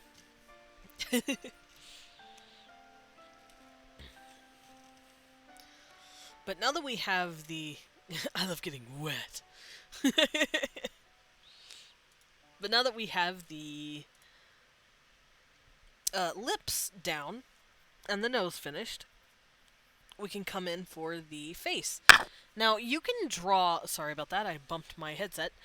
You can draw whatever part of the face you feel like. And you can always go back and touch up on something. Like I was just cleaning up that. But I like to start with the eyes and then just go around the face. And now I'm going to draw the actual face. You don't have to do it in this order. Whatever suits you.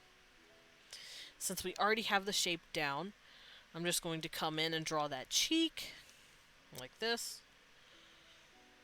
And I'm going to find the other side of it by finding the jawline right here. And I'm going to come down and follow the shape of the chin right here.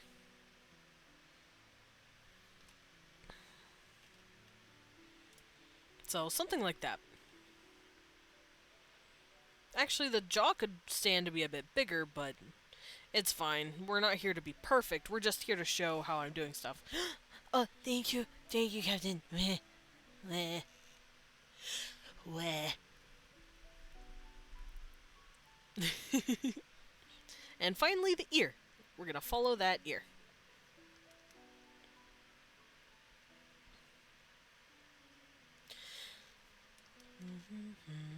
There we go. And remember the hook. Hook around the ear. Whoops. Because remember, we've got that hook shape right here. And then we do the Y shape.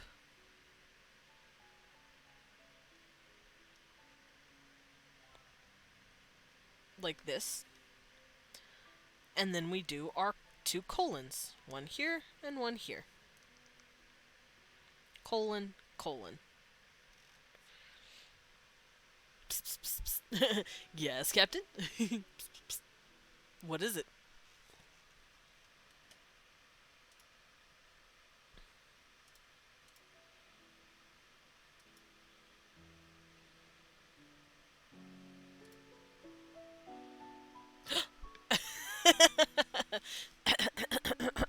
Very well. Welcome home, Master. There you go. That's for you.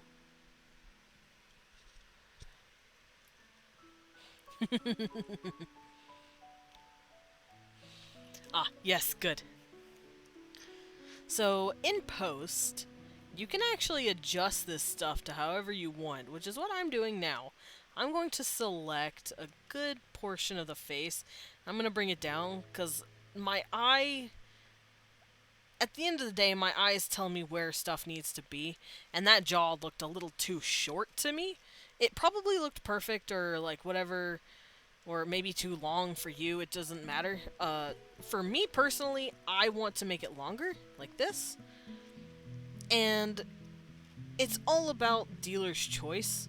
If it looked too short or too long for you, in your piece of art, change it. There we go. But now the face looks a lot more proportionally sound. I'm also going to...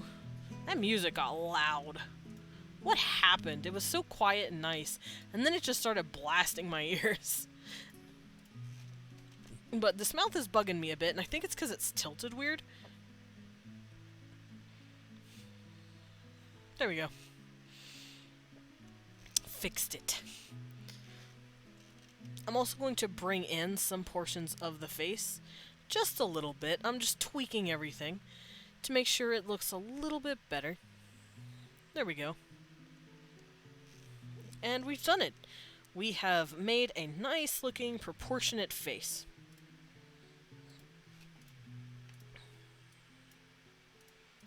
And now all I have to do is draw out the neck, which, I should probably go over what the neck looks like real quick as a little surmise. Now, our neck is comprised of a variety of different muscles. Specifically, our neck is comprised of, let me grab a little reference so I can show you exactly what I mean, but remember, references are key. First and foremost, all these proportions and these pictures that I'm drawing for you are completely stupid and irrelevant if you don't have references or you don't know how the proportions fall into place. Like, don't take my pieces of advice perfectly for, like, pure art. Always look at a reference photo first. Don't just take what I'm saying at face value. Go look it up if you're unsure of how you want to draw something. And I will always preach that. I am not your one source of study. Google and look up anything that is relevant to what you want to draw. just to make sure everything is perfectly set to your vision. Because I might not teach or tell you what you need to hear. You may need to see it a different way. Alright, so, to the muscles, to the neck muscles specifically, because all our neck is this little tube, but it has a bit more pieces than that.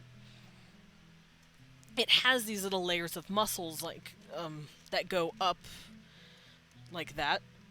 But there's this one piece of muscle that lets us twirl and tilt our head and not end up losing it. And it's these little back muscles that start here and they start here and they wrap around our neck like this. Because remember, our neck is a tube. It's shaped like this. So something can actually wrap around it like this and attaches to the clavicle. Attaches to the collarbone right here. We have these very interesting little ribbons that come down and wrap around our neck like this. So that's actually what you see when you see people drawing the neck. I love Professor Desmond. Oh, thank you. I'm glad I'm helping, but like I said, I'm not your only source of tutorials.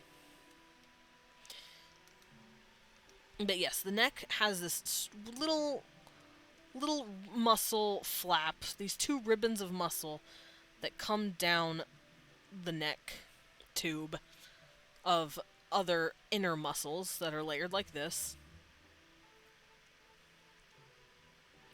And it comes down to meet your collarbone muscle. Your collarbone and your muscles wrapped around that.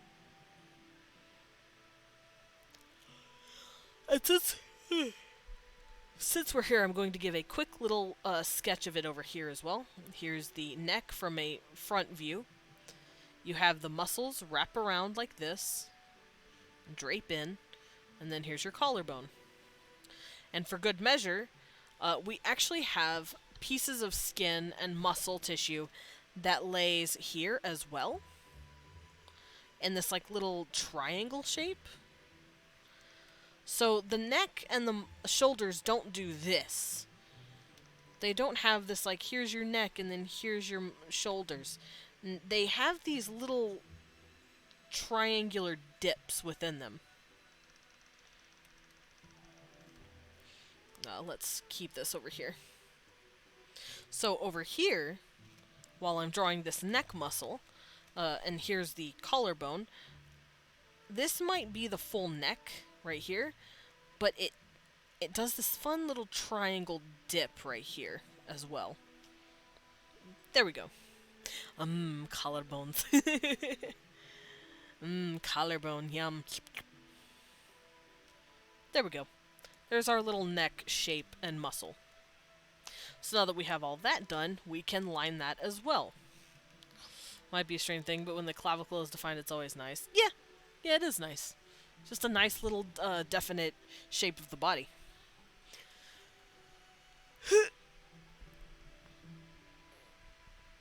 Ugh, stretchies. Stretchies.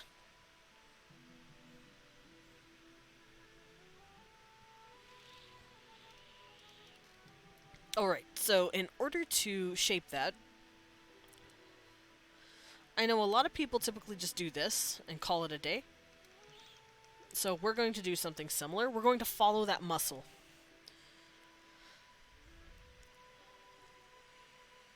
I'm going to just make a bit of a line, a bit of definition, like that. And I'm also going to show off this part of it a little bit. And then we're going to bring it out from the neck here. Like this. Something like this. Nothing too crazy, just a bit there. And then we follow the rest of the muscle. Now, before doing the back of the head, I'm going to actually draw the rest of the head. I'm going to flip it and do this. Our character is going to be bald for the time being, but that's okay. Now, I'm going to actually make the head a bit bigger here, because our head isn't just this circle.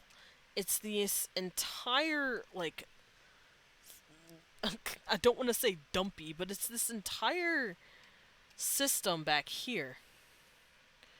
Because our head isn't just this little circle, it's huge. And it reaches a lot farther down the neck than we think. Like, to about here, roughly. It goes down the neck, almost. So we're going to do the same thing in our line art.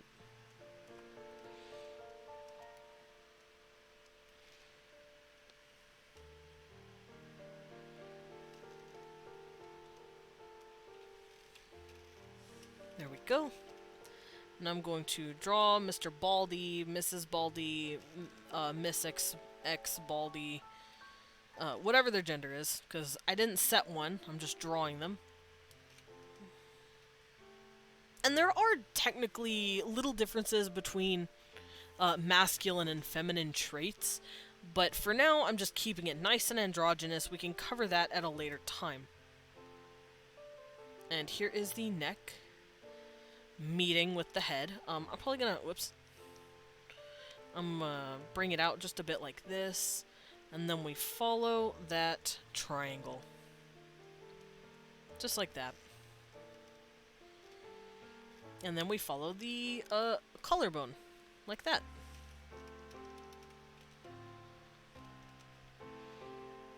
Because collarbones can pop out, and you can see them very easily.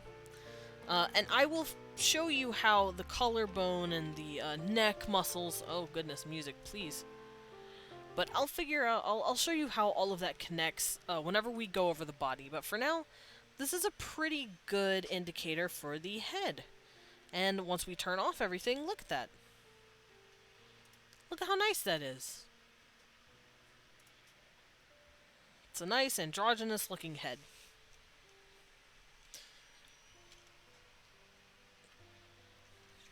I'm actually very proud of that, considering this isn't my usual art style. So it was really hard to draw. But yeah, there's all the under toe that we've done. And then here's the finished product for the line art.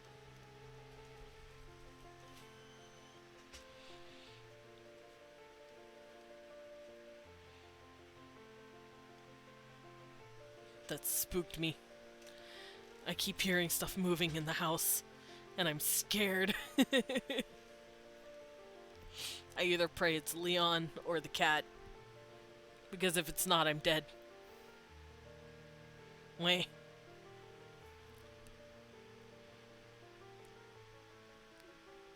Okay, I think I'm good. No no murders here today. That I know of.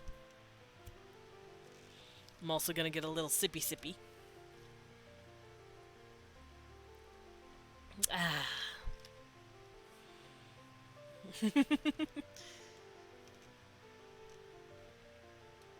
Yeah, I'm safe. I'm sure it's nothing.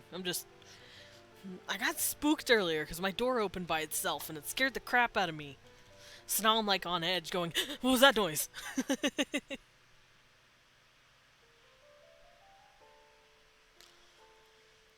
What else do I want to do to this head? Now that I've finished it and I'm basking in its design, I'm like, I don't know what else to do.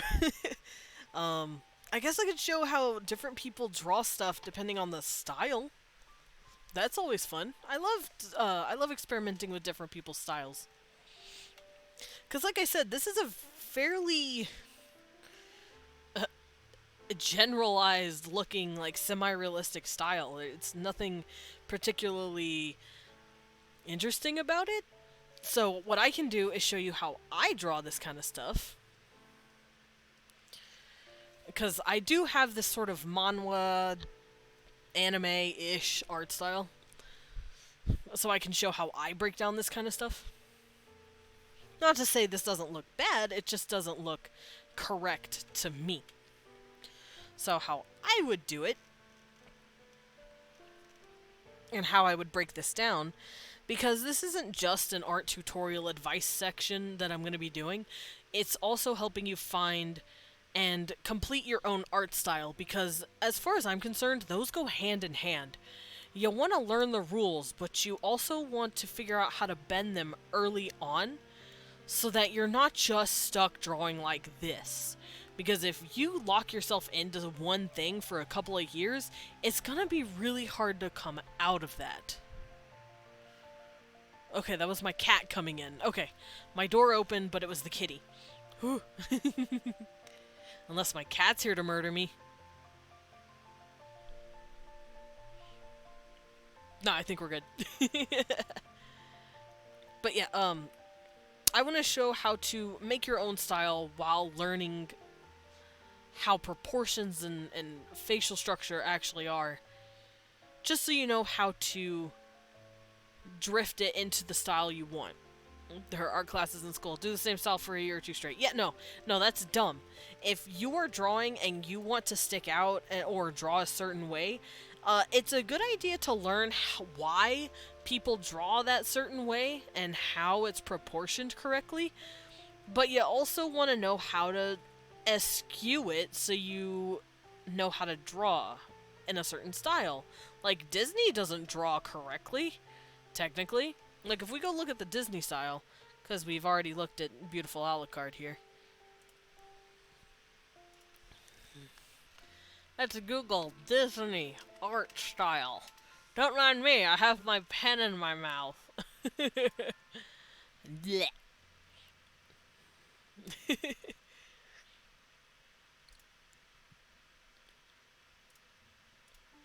Oh, that's a very blurry ass picture. That does not work.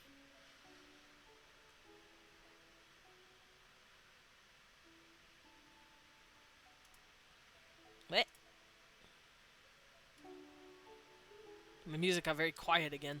I wish I could find a playlist that, like, had music that didn't do that.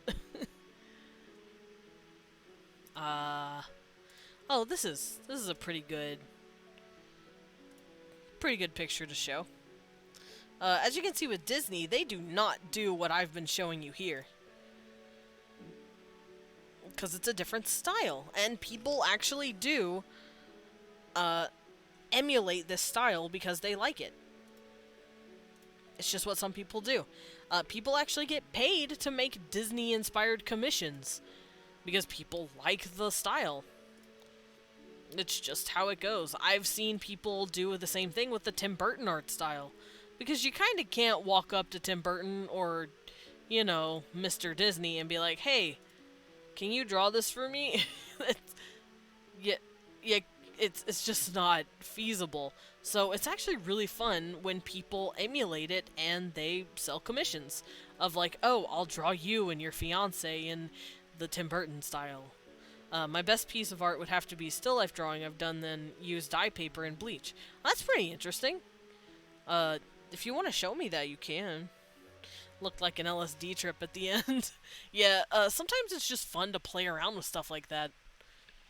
Because what I'm teaching is specifically like character design and concept, but that just sounds like a fun time. And usually it's a good idea to break out of your usual art habits and just go crazy with it. I need to try and find it. You know what, that's fair.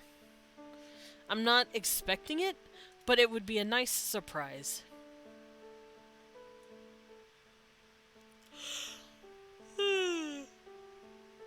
Blah. Blah, blah, blah, blah.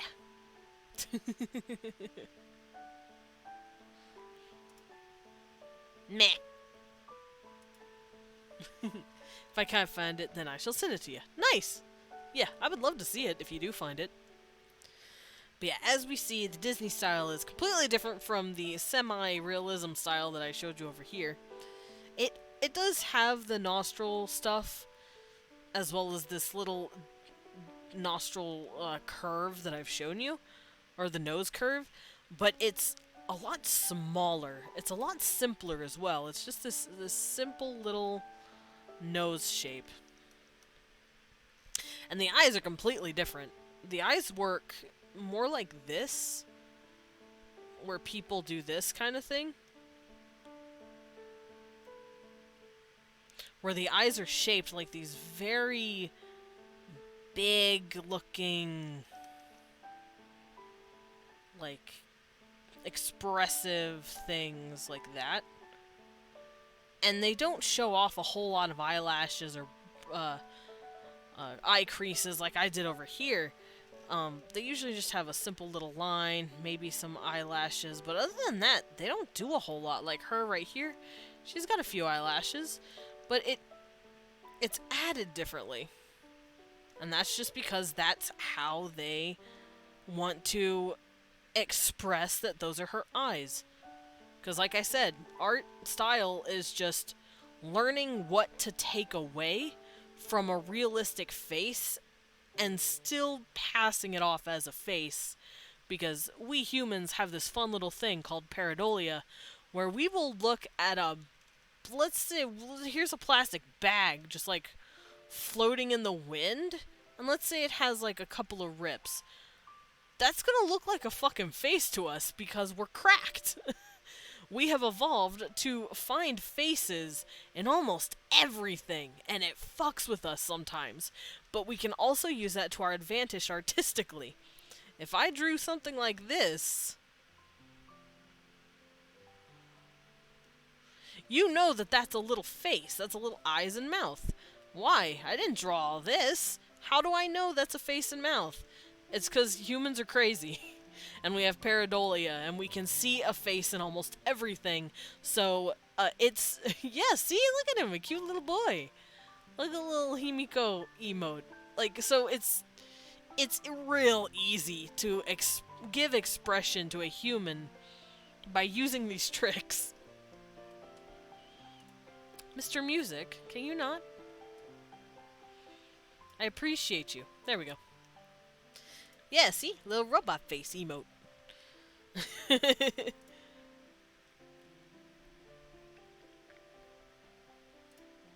Alright, let's close her out. Goodbye. Goodbye, Ariel. And, bye, Alucard. Pretty, pretty man. I wish I was that pretty, dude. So, going over that now, I can express how I usually draw in my art style.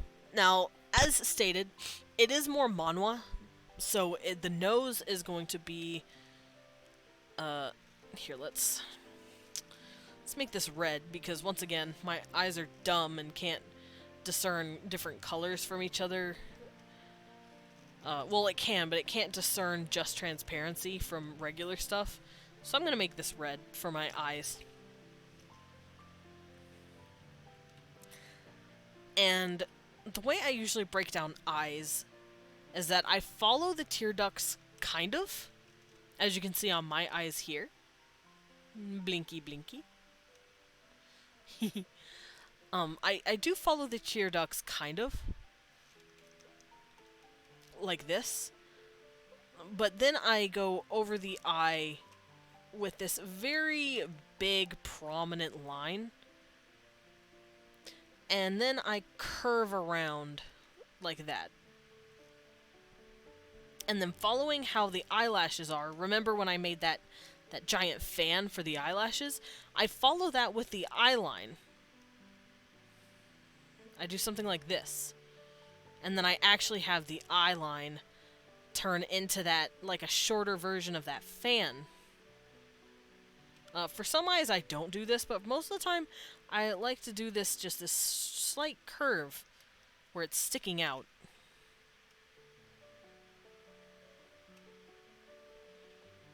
Kind of like this.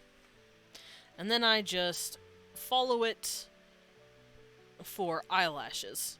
Depending on the person, depends on how many eyelashes I give them. Wonkus. I give myself a good amount of eyelashes, but let's say I'll only give this person 2 on the corner, and then I like to do 1 on the edge like this, just because that's who I am.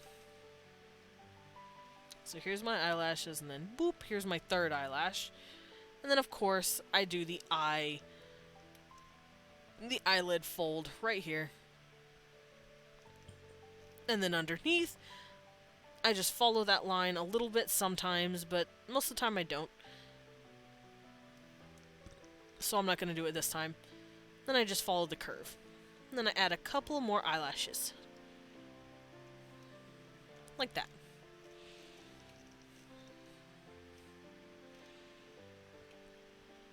And then we have an eye like that. And of course,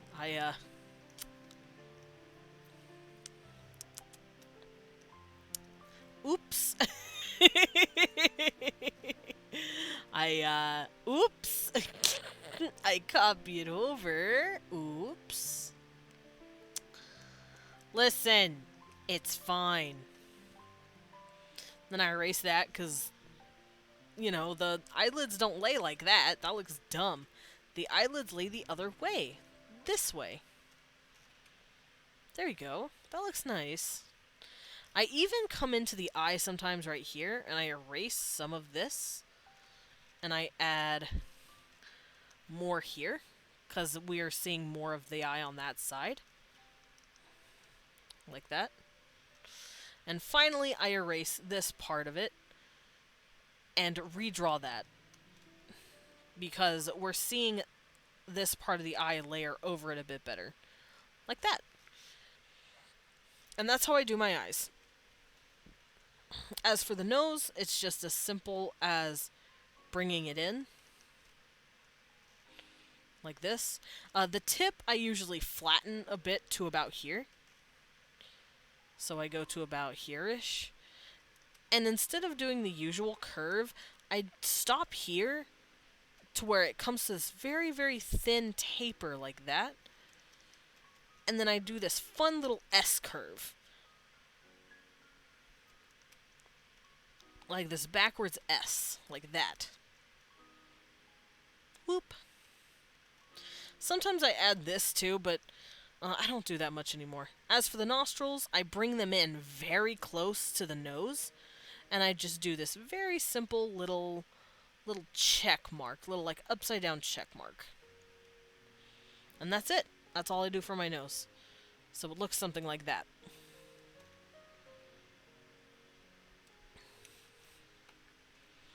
And then for the irises, nothing too crazy. Instead of a circle, though, for my irises, I kind of do more of an oval, like an oblong circle. So you'll see something like this, instead of just a giant circle in the head. You'll see something like that. Because I like to warp the irises just a bit. Also, depending on where the head is tilted, I warp the irises as well. Oh my god. I'm struggling. There it goes. And that means I also warp the pupils just a bit. I warp them to be just a little oval. I also don't close them completely, and I don't fill them in with black, because I just fill them in with an extremely dark color of whatever color they are. Let's say I make these eyes blue. This is just going to be very, very, very dark blue irises. And that's how I like to do my eyes. Eyebrows, pretty simple. They're just little line arts of the eyebrows. Like this. And I also make them thinner, typically. Thinner than what they would be on, like, an average person. And then I fill them with whatever color their hair is. Natural hair color, that is. Because you will actually see some of my characters with eyebrows that are colored differently than their hair, and it's to reflect their different hair color. Because I do have characters that have hair colors that do not match their natural hair, because I've been dyeing it. Let's go find an example of that, because I do have plenty of examples of that. Let's go find it. Well, like this character, for example. See, this is his natural hair color. But this is the hair colors that he likes to dye over the course of his life. And he will keep his eyebrows. And that's just like a subtle way I like to do stuff. To show off the way eyebrow and hair color are. You will see that in my webcomic as well. Because a lot of my characters in my webcomic, let's see if I can find that. Boop-a-doop-boo-boo-boo.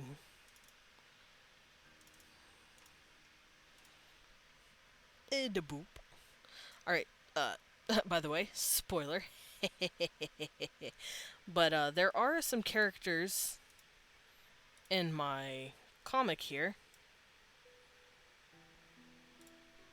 Let's use this guy.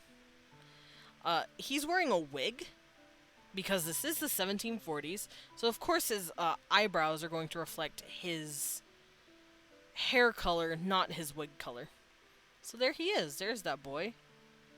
And as you can see, his pupil is being pushed back. You can kind of see my art style in this, too. This is a little old, but it's still there. Because, fun fact, I actually have kind of two different art styles now. And both of them... Oh, kitty! Oh, it's just a kitty. Hi, kitty, kitty. Don't scare me like that. Jesus. Why am I on edge? Why am I scared? I don't get this. But both of my styles share how I do eyebrows and eyelashes and all that. But the only difference is the mouth and the nose. My noses in my more manhwa look are typically like very tiny, very small. And I don't draw the line art to the lips. But my more webcomic-y style, which you guys see my manhwa style on my Twitter a lot more.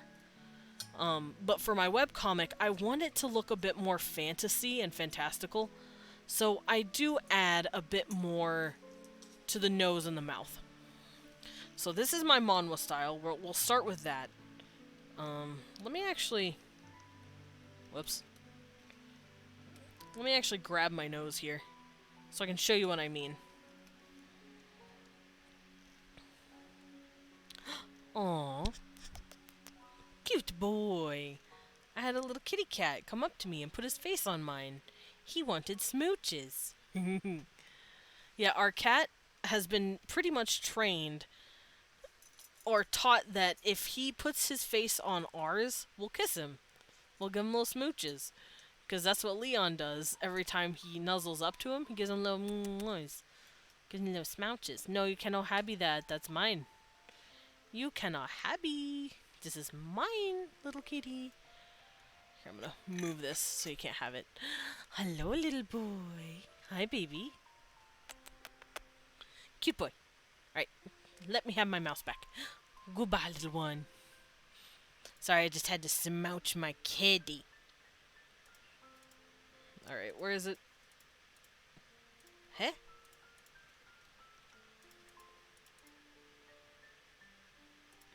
Oh. Oh, there we go. I fucked up for a second. Alright, here we go. I'm gonna grab my manhwa nose. And I'll draw my manhwa lips. Because this is how I normally do it. I have my lips about the same length. Maybe a bit smaller. Let's make them smaller here. There we go. And then I have a simple little underlip like that. And for my manhwa, I don't draw the lips, but I do color in like this part of it. So I'm just going to go over it with a quick little pencil, I guess, to kind of show where I would color it like that. Because I don't want to shade this or put color down yet. I just want to draw.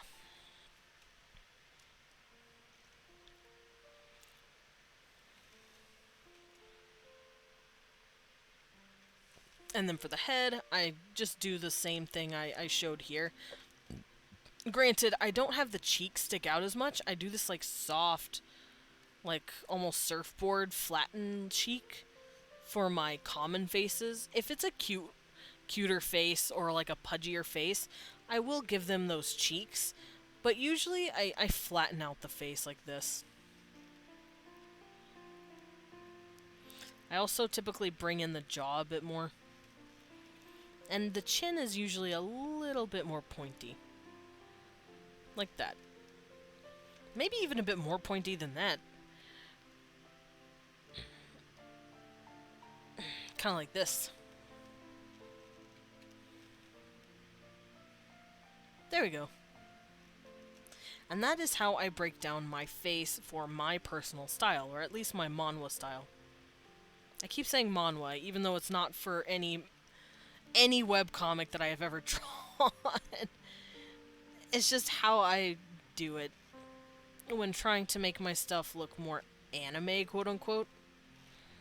And I do this. I do these soft little cheeks and these soft little brows.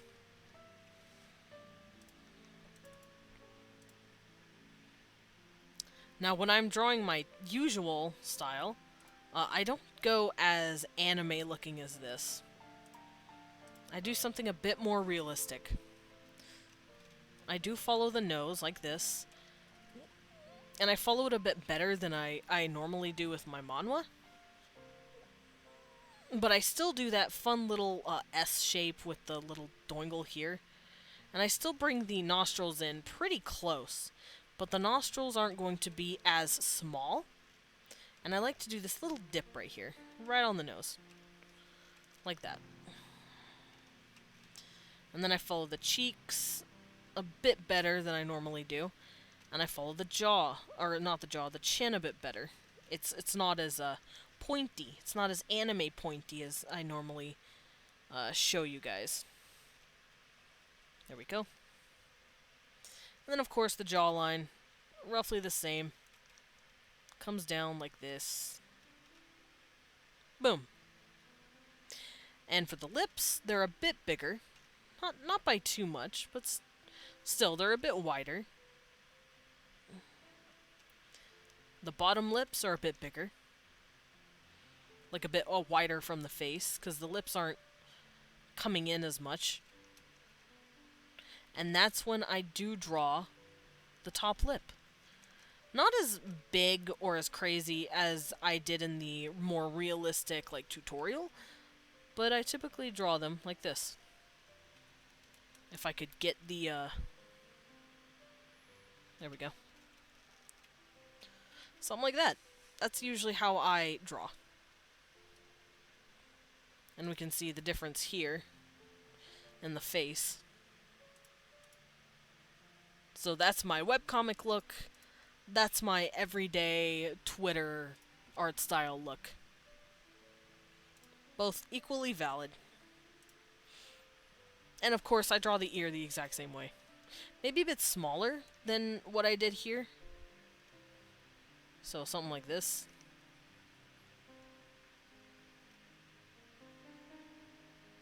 And remember, those proportions are still there. There's that hook.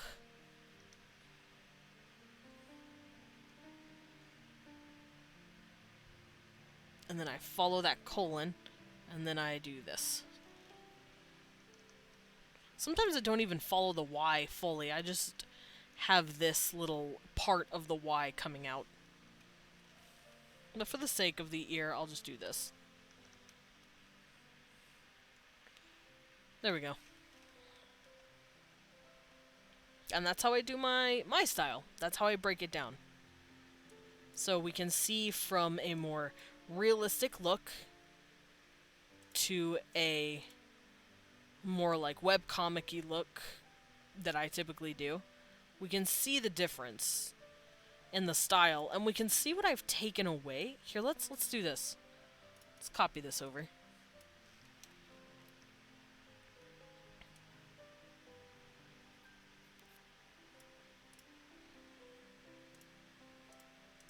There we go. So yeah, we can see what I've taken away and copied over to my piece. I'm also going to add the neck here. Let's do this. And remember, it's about what you take away, so I don't draw everything fully. Because I'm not here to draw you I'm not here to draw you like a realistic portrait. I'm here to... I know, has Pop-Tarts. Nice! Pop-Tarts are yummy. Pop-Tarts good.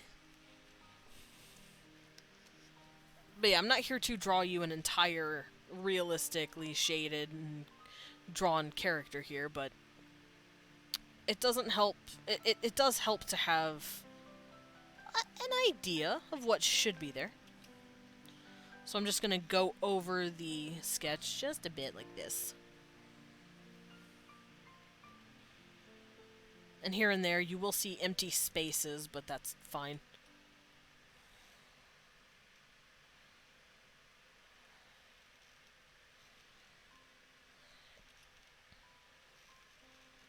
Let me close this up real quick.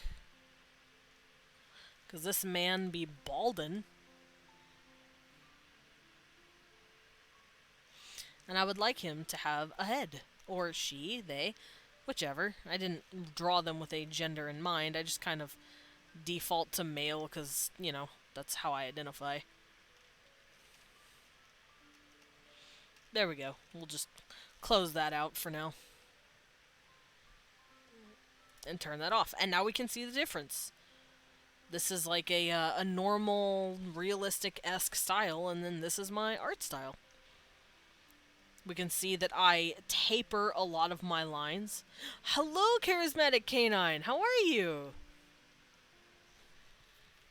It's good to see you.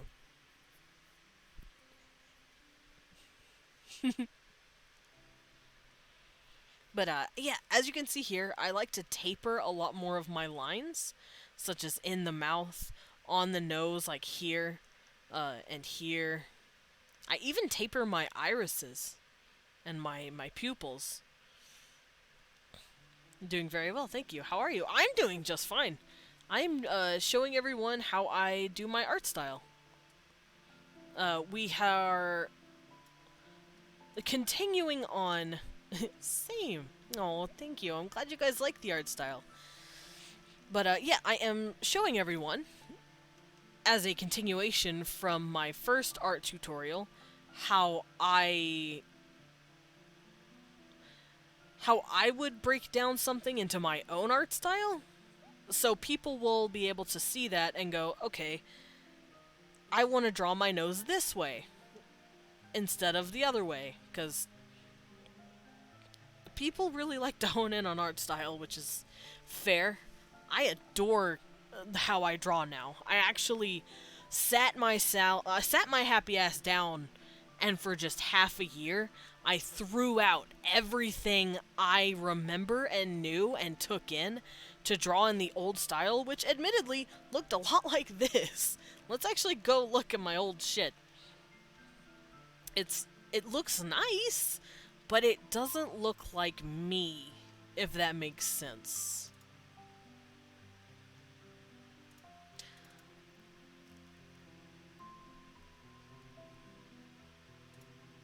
Let's see. This works fine. See, well, actually, this is actually older. That's not it's not as close. Let's see. Butler mode. Oh, come on.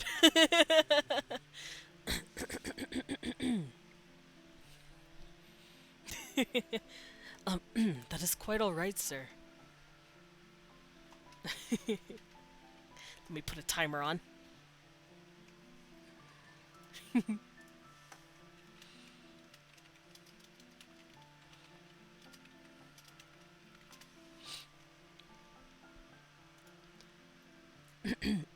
So, as you can see, roughly in 2015 to 2016, my art style had been completely different from what it is now. And that is because I was focusing on a more realistic approach. And for someone who wanted to get into webcomic making, which is short for internet comics, I suppose, a style like this, which is something that is much more realistic than what I do now, ladies and gentlemen, as you can see, it adds in a bit more detail. And the detailing here, sirs and madams, is not quite... Thank you. I am glad you appreciate the design of this young man here. His name is actually Bobby, or Roberto Espinoza. And he is one of my werewolf characters. And as you can see from the designs of his fingers and his nostrils, and the little details that I added in, he is a bad dog. But as you can see from the details that I've added in, it's not the fastest when it comes to making comics. So, in order to make myself faster, I actually shifted how it works. I took away a lot of details so that I could get things done in a much tidier manner. And now I'm off the clock. But yeah, I cut out a lot of shit. Is that werewolf as in the tabletop game? No, it's just a werewolf as in he's a werewolf. He's a man that can turn into a wolf. And he goes awoo. Because him's good boy. Awoo. Yeah, he go awoo. He my good boy. I absolutely adore this character. But here, I'm gonna pull this out because this is to show how I've actually changed my art style. We we wooing out here? A woo? Yeah, we are wooing out here. But as you can see, I got this done, I want to say in about like 3 to 4 hours, and it took me for fucking ever to do. This only took me like an hour and a half. And I did more. And of course, yes, that has to constitute to like the shading and stuff too. But if I had shaded this fully, it would have just taken me like another 30 minutes. I wanted to be speed. And so I looked at everything in my old style and went, what the fuck am I doing that makes me so slow? Why is this making me so slow? I figured it out though. It was all these little tiny attention to details that weren't necessarily needed and were kind of lost in translation for a lot of stuff. Like for instance, since we're zoomed out, you wouldn't know that his mouth has these little details and lines in them. I did these little details and lines within them. You wouldn't have known that. I also drew his teeth a bit more. You can see that. I even shaded this part of his nose. I shaded the underside of his nose. I shaded his nostril. I didn't need to do all that. Most of that's missing once you zoom out. You're gonna start a howl. Dry lips. But yeah, you don't get those details anymore because you zoom out. And the funny thing about webcomics, if you're scrolling through it, like you're laying in bed, 2 in the morning, you can't sleep because you're an insomniac, and you're scrolling through like Webtoon or something, you're not going to pick up on these details. What? Did I call you out, medic? What's wrong? Did I strike a nerve? What's wrong, Ryza? But you know, you're scrolling through your phone, you're scrolling through, let's say you go to Webtoon or Tapas and you want to read some comics or whatever, you're not gonna pick up on the little details in the panels. You're gonna pick up on what you see shorthanded. You're gonna see this a lot quicker than you're gonna look at this and take in all the details. This is a very good way to do comics very quickly, which is why I don't even bother shading most of the time. People aren't going to look at the shading detail and go, oh, you didn't shade all the way here. Oh, you shaded... Okay, people aren't going to do that. People don't care. People are there to see their two characters in the comic start kissing at some point. Like, people aren't there to... people aren't there to judge your shading skills. Which is why I said, fuck it, I am breaking this shit down as hard as I can. Kiss. Yes, now kiss. But I said, fuck this, I'm making this easier on myself. Oh, you want to see them kiss? Who are we seeing kiss? Bobby, who you kissing? Actually, I have a problem. I ship Bobby with one of Leon's characters because they're really fucking cute. Let me let me go let me go find something. Here it is. This is the picture I drew of it. It was like a Halloween thing. And I colored the Pokeball backwards. So ignore that this is the bottom of the Pokeball, please. But I drew Bobby hanging out. He's my little werewolf boy. And he's hanging out with one of Leon's characters named Aaron. And Aaron's a sweetheart. And he's holding the Pokeball backwards, but shh. Shh, you didn't see that. I also love them. They are babies. But, I actually... yeah, that was like a Halloween couple's costume. Even though they're not together, I still ship them very hard. Because I have a problem. And, I drew a comic to kind of to base off of the picture. And my profile picture on Discord was just this for the longest time. Just car, whatever. I'm gonna catch the Pidgeotto. And then he just spikes it off of his fucking head. This panel, I live for this panel. I memed this. Holding the Pokeball the wrong way makes it even more adorable. No, shh, I'm just dumb. But yeah, blam! Just spikes it off his fucking head. And then he's sad about it. And then Bobby's okay with it, because he has a crush, because he's stupid. Because Bobby, as we all know, is, well, as I know, and now as you all know, he's, let me go find it. Bobby, where are you? There you are. Yeah, Bobby's kind of gay as fuck. He's my gay as shit werewolf, and I love him.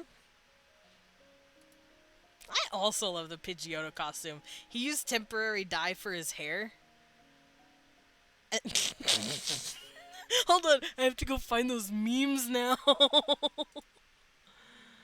This new Nerf gun's scary. Uh-oh. Leon messaged me something, and now I'm scared to know what he means. But yeah, let me go find the picture. Where is it?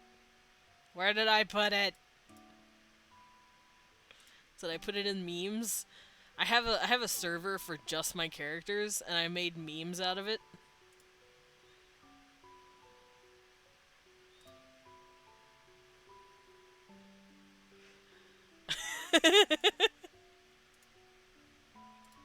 I also remember I made this as well. It's Aaron and Bobby, and the dichotomy of man. I don't care what they mean, I only care what they meme. Yeah.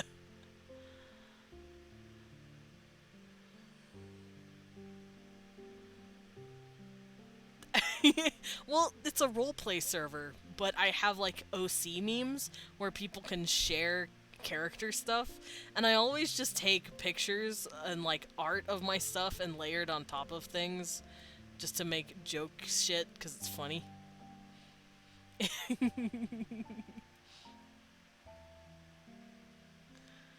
I'm still looking for that one meme I made. But yeah, this one's my favorite. Oh, here it is.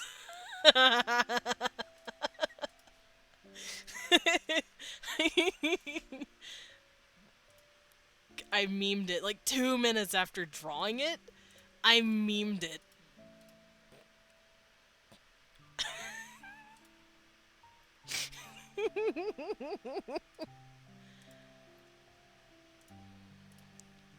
It makes me happy.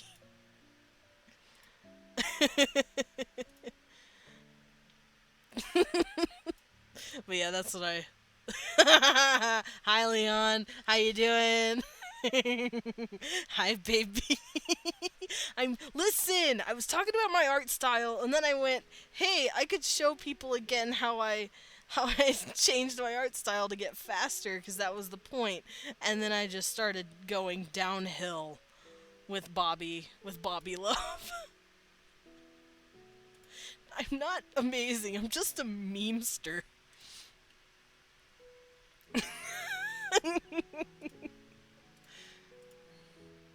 There it is. There's more memes. I'm gonna catch feelings.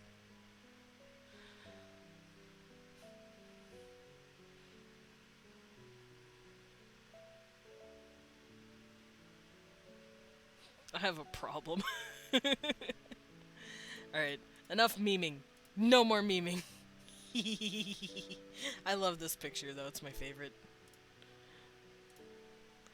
I did another one a long time ago too, I have to find it.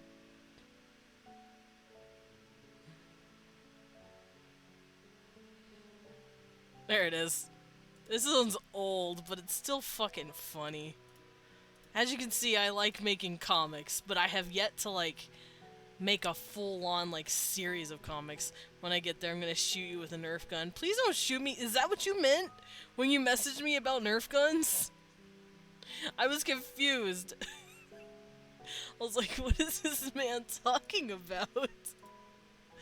But yeah, as you can see, there's Bobby sitting on the couch trying to read, but can't because the poor boy is dyslexic. He's literally dyslexic. He had to get like corrective glasses and shit. But there's another one of Leon's OCs named Liam, which is why sometimes I will call Leon Liam instead. Because the names are similar. But this is my two brain cells at 3 a.m. while I'm up getting ice cream.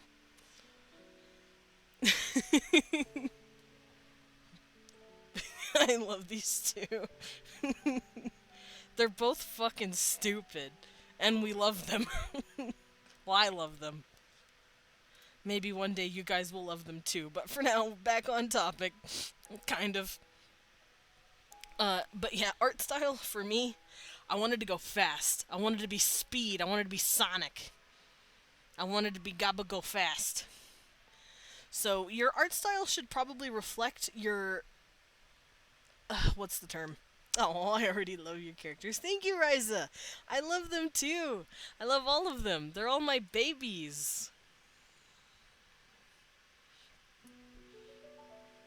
All of them, at least 95% of them, are roleplay characters. Because dumbass duo is the amazing trope. Yeah, they're just bros that are just both stupid. They're both dumb as shit, and I love them.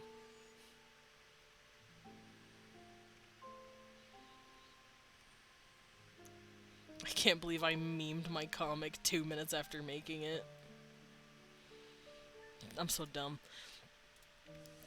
But yeah, your art style should reflect the intent on what you want to do. Me, I wanted speed, so I cut out everything that I didn't need to show people a story. And I went, there we go. That's it. That's what I'm gonna do. No more of this. I am no longer friends with this art style. This art style is my new best friend. And that's how I went from this to this. And you can do that too. You just have to figure out exactly what your intention is. Are you trying to make these really big, pretty, like, 10 hours, took 10 hours kind of art? Or are you trying to get shit done quick because you're trying to write a story or whatever? It all comes down to that. It also has to do a bit with what you want it to look like. And I was inspired a lot by some anime and manhwa looking webcomics because I want to make a webcomic. So that's another way you could look at it.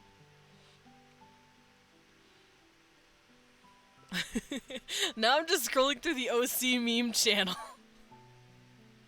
And I'm dying.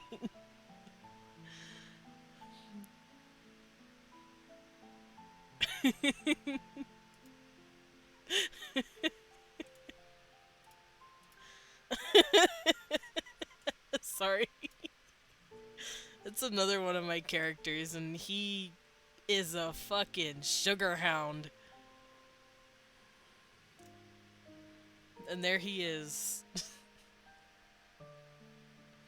That's an older picture, so the line art's a little funky, but it's still my favorite. Alright, I need to stop it. Alright, so, hair. We need to focus on hair before I end this stream. Well, I mean, I don't have to focus on hair, but I want to.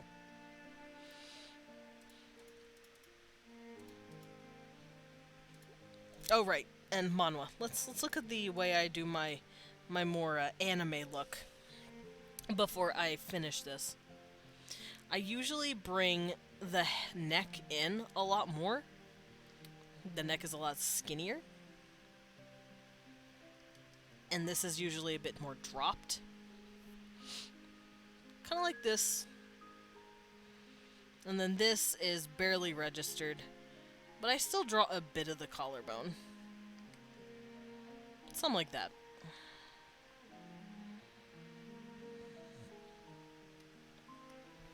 There we go. So that's the manhwa style that I do just to keep a consistent look for my, as you can see with my PNG right here. Over here. You can see that it shares that nose and it shares that mouth. But when making comic, I do that. And there's nothing wrong with having more than one style. You can draw different ways depending on your mood or what you want to do. Like, I've found times where I've wanted to draw something like this. Let me go find it real quick. It was a painting I did.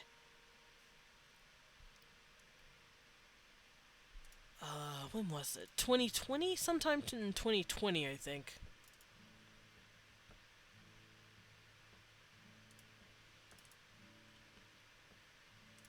Oh, something like this.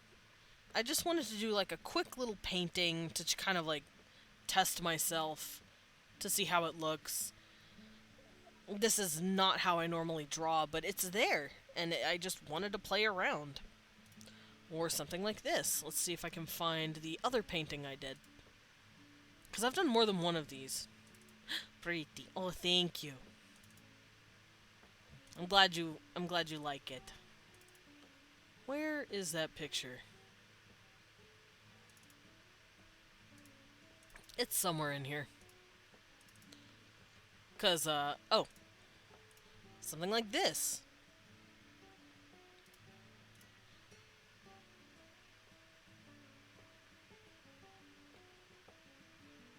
Which I did that about 4 years ago.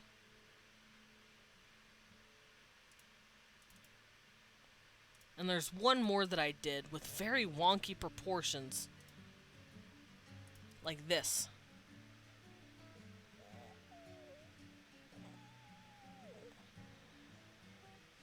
So as you can see, there are very different ways we can paint, draw, do line art.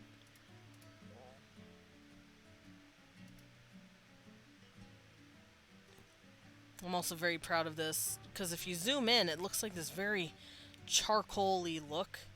And the head shape versus the eye shape, the proportions are whack.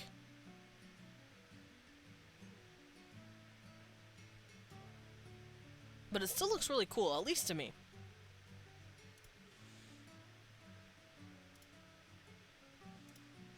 But yeah, so it's all about what you want to do. That isn't my usual art style, but there's nothing wrong with doing whatever the hell you want if you feel like it. Because I gotta go back to sleep. Hope you have a great stream. Oh, thank you, Charismatic Canine, and thank you for dropping in. Heart emoji to you. Hold on. How do I...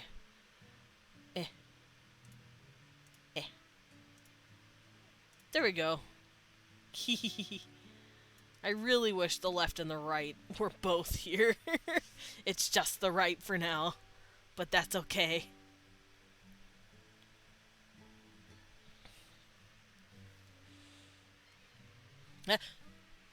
Kitty? Hello, Kitty. Oh, he keeps opening the doors. He's learning how to, like, fling open the door, and it scares me.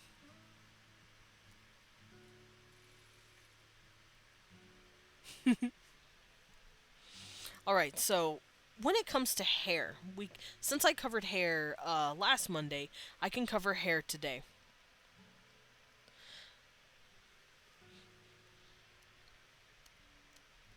Let's pull this up. There we go. Now, here you can see that the hair is pretty silky. It lays on the head very soft. She's kept this very well very well maintained, very brushed. It looks very nice. Um,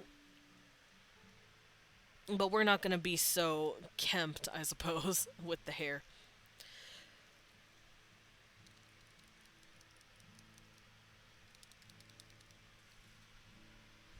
Okay. So, when it comes to actual hair and laying hair on the head,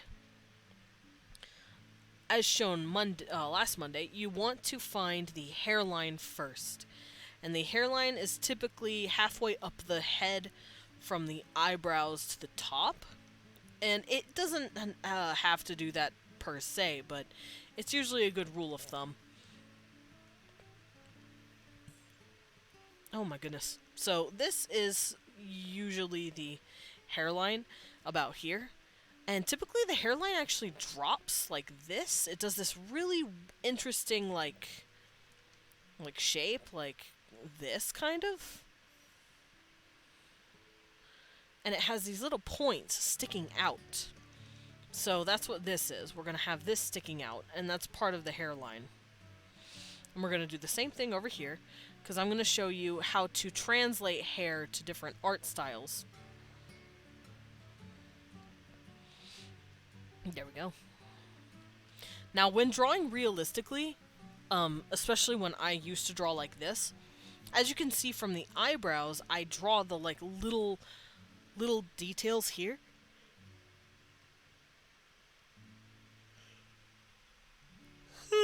Nah, a little yawn. Don't mind me. But as you can see, I drew like individual lines sticking out from the eyebrows a bit to kind of show off a bit of unkemptness, but also just to have that natural look to it, as well as the eyelashes. Here you can see the eyelashes are very deliberate and put in very specific spots, while over here you can see they're just kind of haphazardly chiseled in. And that's because eyelashes are not quite so uniform with each other. They will have variation and varying lengths, though they are roughly the same length. For the most part, universally, there are going to be a few that aren't so cut and dry in the length. And that's just the nature of hair in general.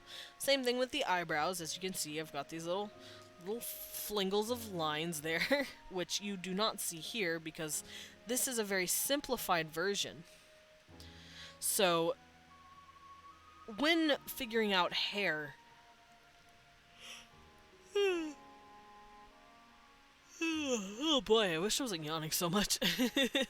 I'm not even well, I'm a little sleepy. But listen, it's fine. But when finding the point of, I suppose, origin for hair, I typically find the hairline, which her hairline, as you can see, here's her hairline, her peak line specifically, and then where her hairline falls is down the middle. So we're gonna just go down the middle with these characters as well. And remember, the head is a giant sphere, so you want to follow those curves. Because remember, it's a sphere. We're following curves. Same thing over here. Following a curve. And now that I've found the middle of the head, which is where I want the hairline to be, and the hair to fall from,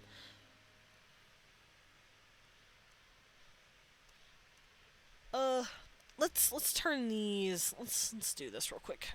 I'm gonna put these in folders so I can meddle with them easier. Because I'm gonna turn them down enough just so we can see the hair sticking out a bit better for now. And I'm gonna have the hair fall down loosely. I'm not gonna have it in a bun like this. I'm just gonna have it come down the head like that for now. That would make it a lot easier. So something like this.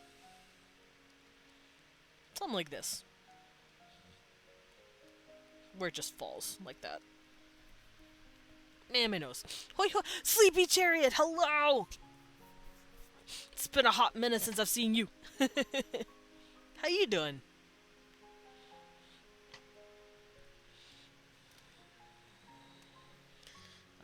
let's remove that. It has been. It has been. It's been a minute.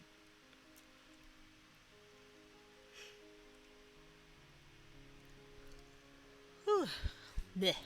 Little baby yawn. Okay, I've yawned way too much. I need to do this.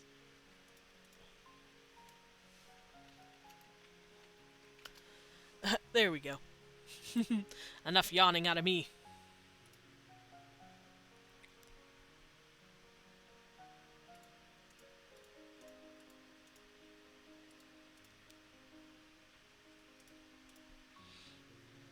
Blah blah. Okay. So yeah, I found the hairline and I want the hair to fall across this. Now, I covered last week, I akined pieces of hair to ribbons that were kind of tapered at the end, like they were pinched like this. And they were like these ribbons that were pulled in. And that's kind of what we're going to be remembering when putting the hair on the head. So busy. Oh, I'm vibing. Left my job and I'm in line for a new normal job. Oh, nice. So busy, kind of. And how about you? That's actually that sounds nice as long as it's good for you. And I am doing just fine. I am jiving and showing everybody how I draw. I'm going over like generalized ways to do it, but then I'm going to cover how to stylize it because I want people to be able to stylize their art. Uh-oh. Ah, there we go.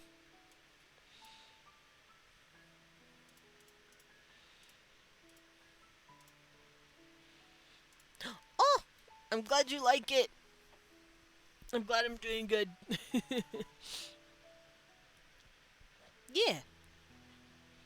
But yeah, for hair, like I said, it's like a ribbon that tapers at the end, and it's almost like it's attached to the head. So if we looked at her hair, we could see that the quote-unquote ribbons, or the attachments, is this fun little string right here, and then her hair just does this. It's this series of like little wefts that come to a point right here. And then it looks like it's in a very loose bun, so it's like folded into itself here.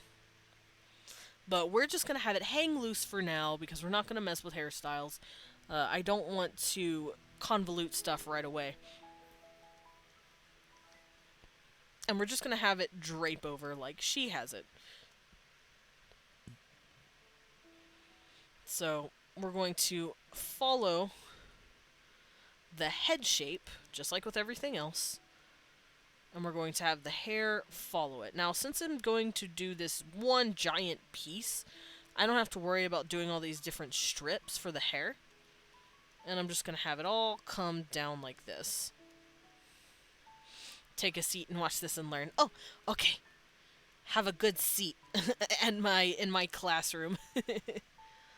So here's going to be one of the pieces of hair. Here's going to be another piece hanging out. And then the rest of the hair I'm going to have sitting on the shoulders, which means all of it's going to pinch at that point where the shoulder is. Same thing over here. I'm going to have a piece of ribbon laying on this side of the face, have maybe a couple of them hanging out, and then we will have the hair pinch at the shoulder. Now, since this is a more realistic look, I'm just going to do this real quick. Now, I'm not trying to draw every single hair... Desmond Ross. Yes, me. Join us and learn. Yes, take a seat. Join us for the class. Now, since this is supposed to be a more generalized, real, quote-unquote, realistic-looking art style, I am going to fill in the pieces like this with little lines here and there. Now, these lines are going to act... let's do this with a smaller brush. These lines are going to act like hair pieces, hair wefts, while not necessarily drawing every single little strand. Because if I were to draw every single little strand, we would be here for 5,000 hours. Remember, art is about what you take away, not what you add to it. So if I'm making a realistic piece of hair, let's say here's my little realistic piece of hair hanging out. Yeah, let's say this is the piece. There it is, just hanging out. If I wanted to show that it's more realistic and that it has these little lines, I don't want to like go in and draw every single one. That would be atrocious and awful and tiresome. So instead, I want to shorthand it and just do a few quick little flicks here and there to kind of show, hey, they're here, and your eyes will read the rest. You can add maybe one or two like this inside, but mostly you just need to do the edges to kind of show it off like this. And you don't have to worry too much about doing the middle. You can just add a couple and it will look just fine. It'll look like hair. Now, there are brushes that let you add in just full-ass hair, but I'm not here to, use brushes. I'm here to just show you how I would do it personally. And then I'd add like a couple of extra strands just to have it sticking off and make it look nice. Like that. So for here, we're going to do the same thing. We're going to add these little strands here and there. Like this.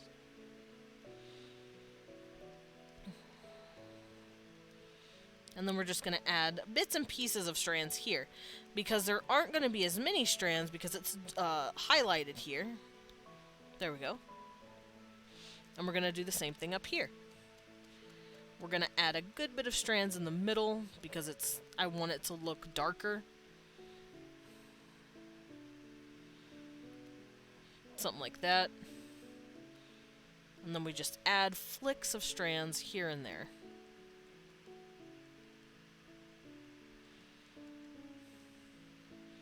You can even have like a couple of little pieces coming off the head like this and like trailing out.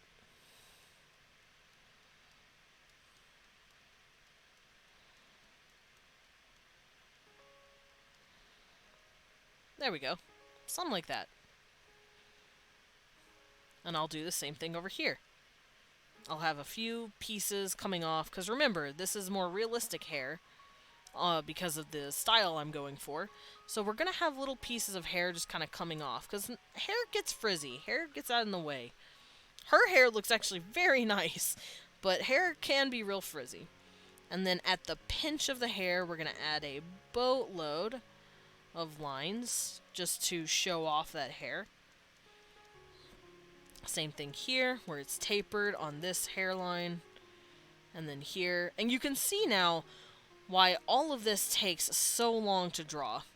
And why this is probably not an ideal style for if you want to go super fast with something like webcomics. Which is why I opted out of this kind of style. It was just not the speed I wanted. I'm just coming in and drawing this in real quick. There we go. Now I'm going to flip it around to make it easier on my wrist. It also helps if you want to bump up the brush a bit. Like make the brush a bit bigger. And then once I'm reaching down here, I just stop adding so many and I add a couple. Just a couple of lines. Because we want it to have that highlight look. And now just add in these.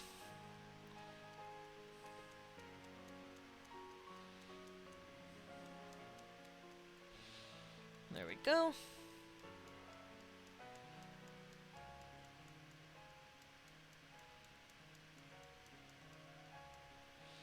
Something like that.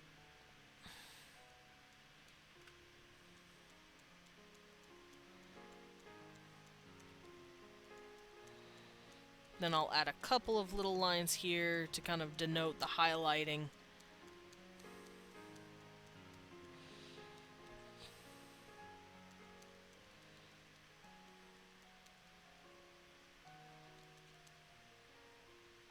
There we go.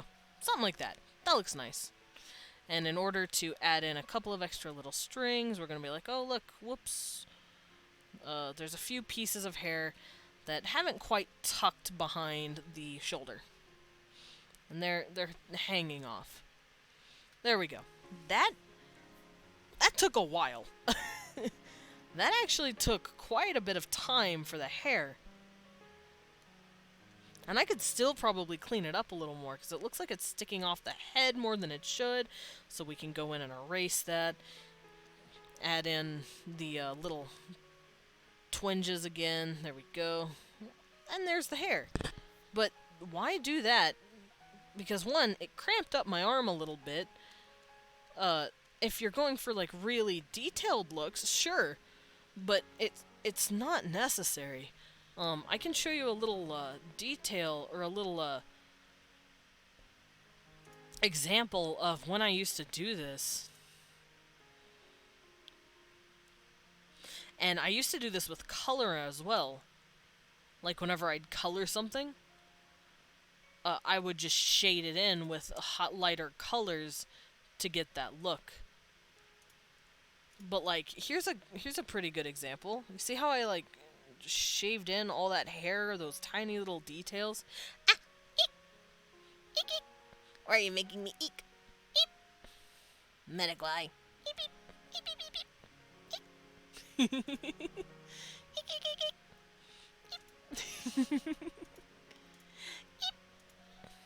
Eep, eep. Eep, eep, eep. Eep. That's my, it's me yelling at you. For making me eek.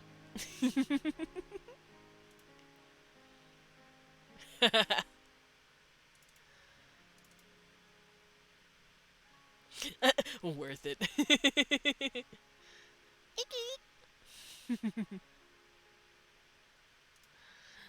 But, okay. I grabbed a few examples to show you what I mean. So, you see how his hair is like... I added a bunch more details. The shapes are a bit more blurred in. Same thing here. You can see I added a lot more to... Ah, yes. Yes, Reza. What is it? Wah!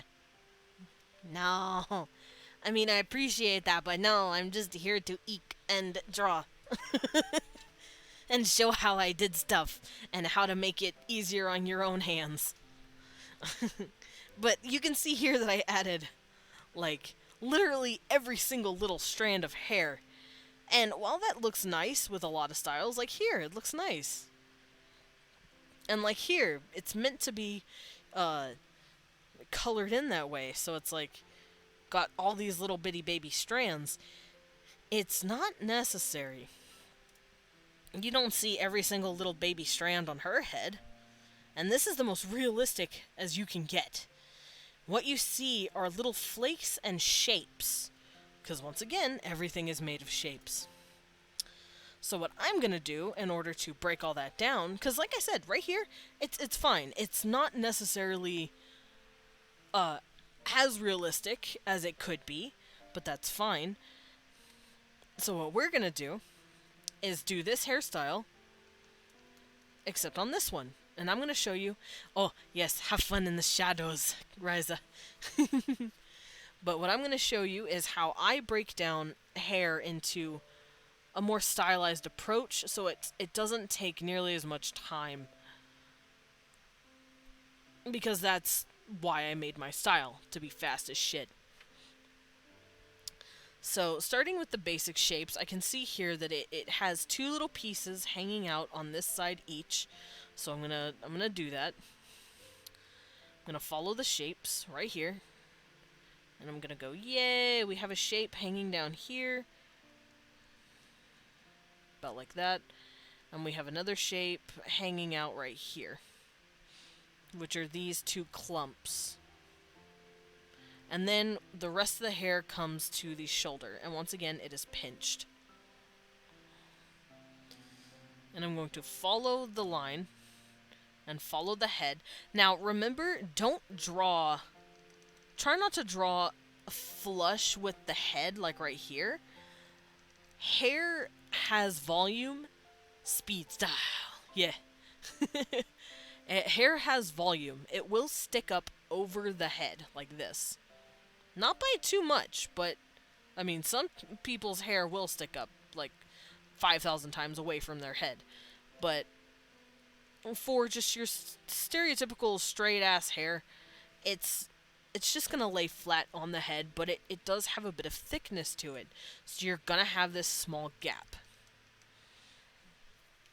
And then over here, I draw the same thing. I draw the hair that I see hanging out.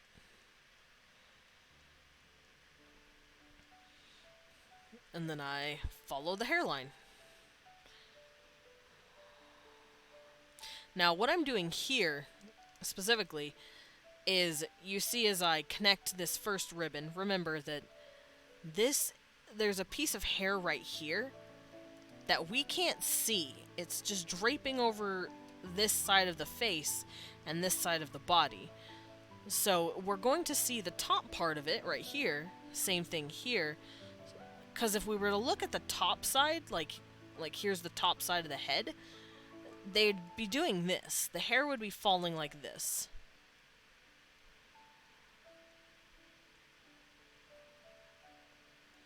But since it's been tilted up and it's at an angle, these pieces go behind each other.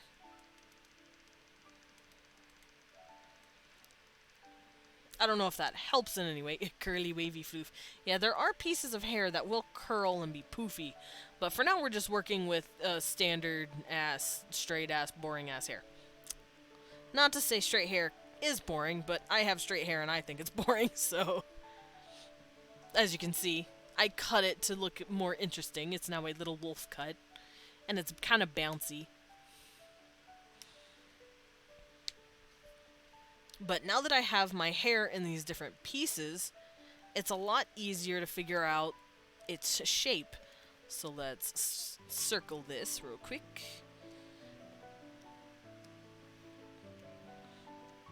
And taking a better brush, I'm going to find my hairline. I just do these little squiggles, in all honesty. Because that's how I like to do my hairline. Huh? I thought my cat was eating something that he wasn't supposed to be in. And then I follow these hair wefts. Now, I like to lift them off the head a little bit, like this. I kind of make them boints up, like this almost. Like, here's the hair piece. I kind of make them come up off of the forehead right here. So I'm going to have this space in between. But that's also just more hair, this little space right here. So I have it lifted up like that. And then I just follow the pieces. I follow the simple shapes of the pieces. Like this. Whoops, that went a little too crazy.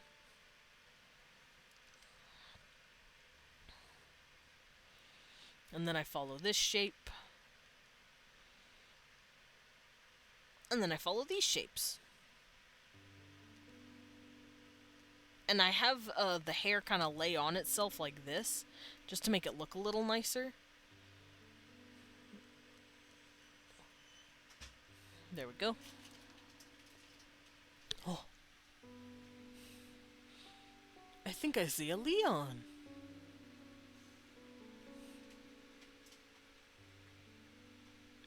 Oh, hold up, real quick.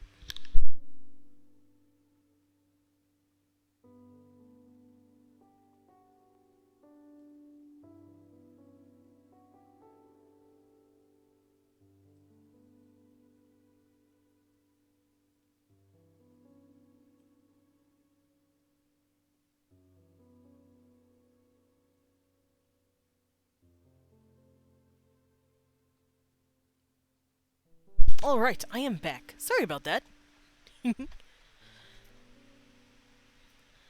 Ugh.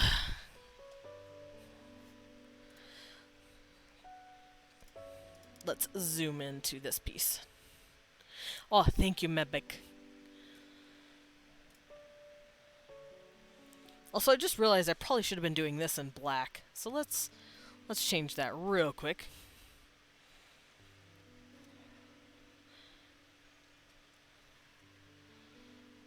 There we go. That looks nicer. And it looks a little choppy, but that's just because I'm sketching it. I'm not really trying to do a pretty line art like I did earlier. There we go. And just like over here, remember, I have it lifted a little bit, so I lift it here. And then I drop it on top of the head.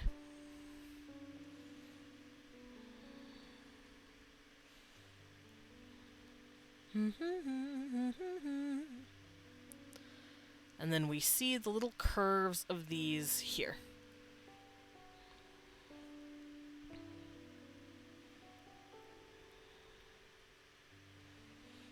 There we go. So as you can see, the differences between hair, this hair is a lot more manageable because it's just made up of little pieces instead of all these little strands that I made and went through the trouble of making the first time. Because every little stroke counts. And for me, I wanted to have a very, very fast style. So, the less strokes I have to make, the easier it is to draw. Which is why I have gotten extremely fast at just doing line art like this. And then just coming in. And it's also why I advise in learning how to draw with your elbow and your shoulder, not your wrist. Because if you draw with your wrist, you're not going to get the stroke power. You're not going to be able to stroke it as hard as you normally do if you just use your wrist.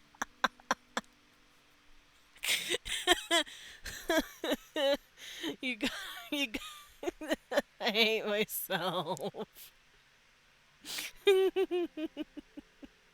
You gotta use your gotta use your elbow and your shoulder. You gotta put it back into it when you're stroking. Listen, I didn't think this through. This is improv, motherfuckers. But there, that's how I typically do hair. I'm gonna come in and do this to kind of cover up the head so we can see it a bit better.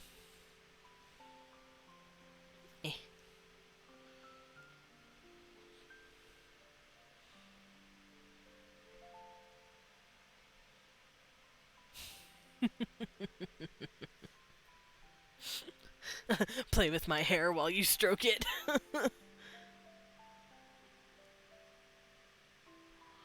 I hate myself sometimes.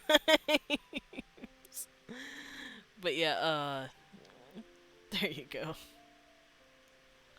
That's kind of what it looks like whenever you're doing all the stuff. And you can definitely see a difference. You can tell that this one's gonna take a lot more time than this one. And that's because there is a lot more detail going into this one. And there's nothing wrong with that.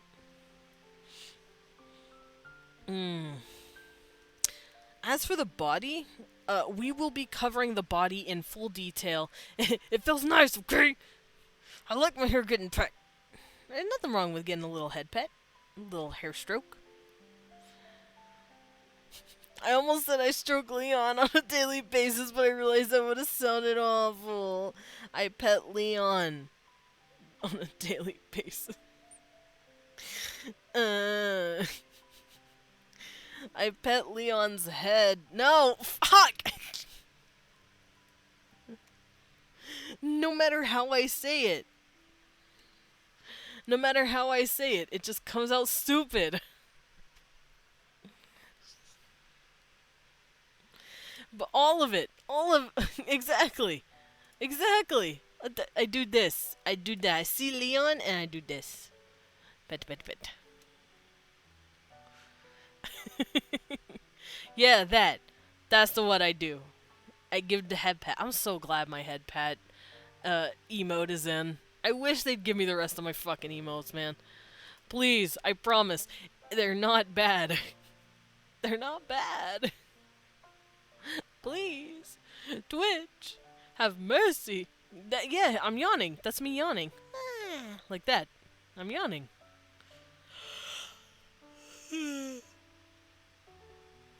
I made myself yawn by looking at it. Fuck. No, I'm yawning. I could also be bored.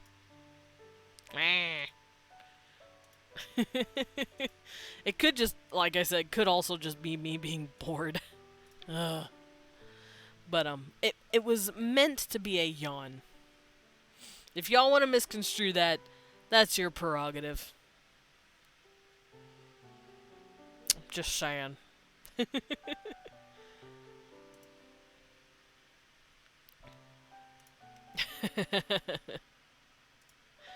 I'm gonna go check on my, I'm gonna check on my emotes real quick. Because I do still have emotes. I have 2 emotes that need to be cleared. Which is the left side of the heart and my Pepe dance. Because I have a little Pepe dance I ordered. And we can use it, but not on Twitch. Because Twitch likes to hold it hostage. I still need to make more. I still need to make more for, like, the bits. Because you can have one for 1K bits, 5K bits, and 10K bits. And I want to... I want to reward people who felt like I deserve those bits. I want to actually give it to people. But I will figure those out later. Yeah, I want my dances. And razzle. And dinko. Rewards for bits are nice, says the bit addict.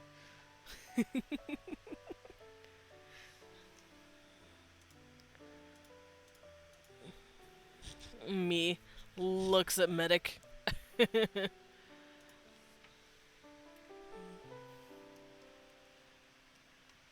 But yeah, I am curious though. What kind of art styles would you guys want to do if you ever did draw? Since you are here, you're clearly interested in learning how to draw. How would you want your stuff to look? I would like to know. Because like I said, I based mine off of different webcomics that I read and stuff that I really liked and went, okay, this makes me easier and this makes it easier and faster for me than my original style, which was basically this. I don't even know. I'd want to try an experiment and find something different. That's completely fair too. Experimentation is always welcome. Because art is, well, subjective. And I'd say go for it. Like, play around with proportions of faces. I enjoy doing that.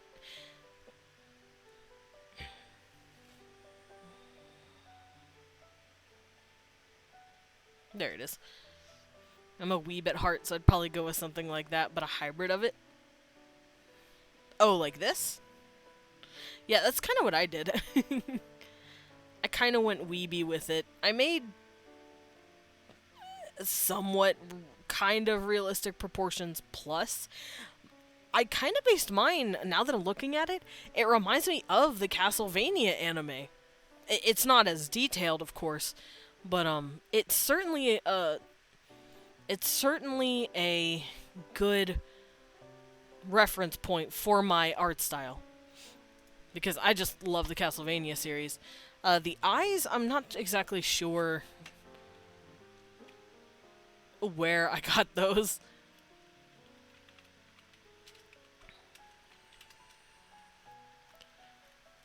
Let's go look at Castlevania again, because I just love it.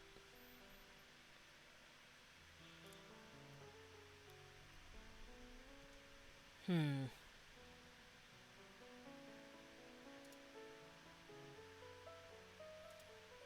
trying to find a good picture to kind of like show the difference. Oh!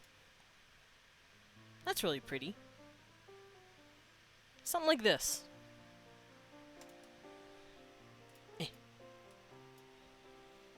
Like, that kind of reminds me of how I do my stuff. So you can kind of see where the inspiration was. Which, like I said, nothing wrong with finding inspiration in other art styles. And Ayame Kojima was a very heavy influence for me because her art is freaking gorgeous. But if I were to... Let's tilt this to make it not as... Whoa! There we go. If I were to draw over this like I did my realistic piece, let's turn it down then and try that. Well, this music's kind of jivey though. You can see that here the nose is pretty similar, although my nose tip, it doesn't quite do that. I do this little S. And then my eyes are much different. My eyes are usually bigger, and I don't follow the tear duct as much. So I do something more akin to like this.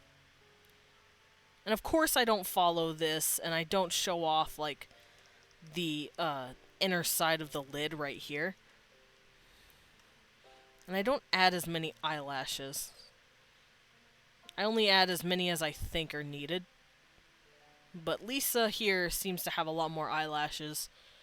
How do I... there we go. But I do have eyebrows that are similar.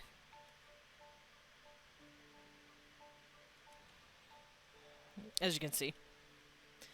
And then I also do that little cheek thing. Although their cheeks seem to smoothen out next to the eye duct, or next to the edge of the eye right here. Me, I just kind of dip it in a bit. I keep it in a corner. I don't worry about it too much. And then I add my cheek and my chin. My chins are a little more prominent too, I've noticed.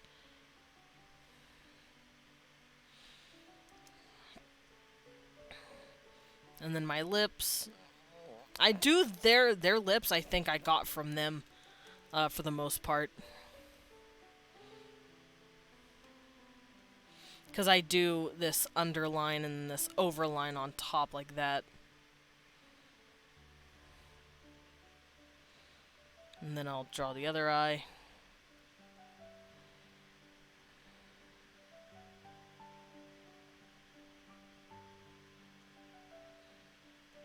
There we go. So yeah, mine's pretty similar to Castlevania. The eyes are just a little simpler, and the eyes are bigger. My eyes are a lot bigger than the Castlevania look. They're like this.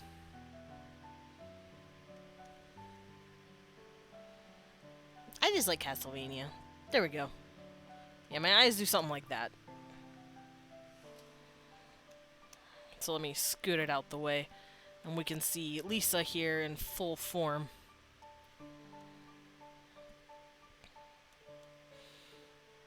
So yeah, you can definitely look at different styles and go, what part of this do I like, and what part of this do I not like? And you can take it and move it around, just to suit your needs and suit your personal aesthetic. Like, I don't like how simple Castlevania hair is. I mean, yeah, it's pretty, and some of it I do, but I've kind of made it my own when it comes to the not really the layering, but how many pieces I do. Because here you see on Lisa, they do like one piece, and then that's it, and then just this one big piece. And I know why they do that. It's because they're animating her. And when you're animating, you want stuff simpler. You don't want things to be super complex, or it's going to be really hard to animate. Especially when you're hand draw animating like frame by frame. Whenever we do... Uh-oh, this is going to get loud. I can feel it. Yep, there it is. Dun, dun, dun, dun, dun, dun, dun, dun. But whenever you're 2D frame by frame animating, you want stuff to be pretty simple, or it's going to get really hard to draw very quickly. If you're animating with like live 2D, you can go hand balls to the wall, it doesn't matter. You can add in so many like tiny detailed patterns because you're puppeteering it. The program is learning how to move it around. And if it's 3D, the sky's literally the limit. You can do whatever you want because 3D is a lot easier to keep in that detail. But, you know, with these guys, they had to keep it simple. So, a little bit of a animation test, I guess. Oh, my jaws are usually a bit bigger than this too. Let's move it down. Whee! There you go, Lisa. You pretty lady, you. I love Castlevania, by the way. Good fucking show. Good games. I'm bad at them, but they're good. There she is.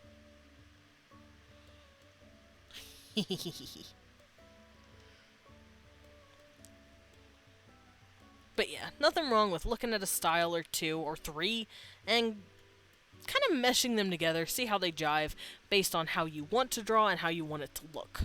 This, like I said, it's a less horror, less detailed in the eyes Castlevania style. But I transferred that detail to the hair. So I think that about does it for detailing, specifically in the face, because we went through that pretty quickly, actually. Does anyone have any, like, questions, or if anyone wants to see how I draw certain things, or how I would help you draw a certain thing? Because I can't think of anything else. Unless we wanted to start leaning into the body structure again, but I want to focus on that next week. I don't want to get into it so soon.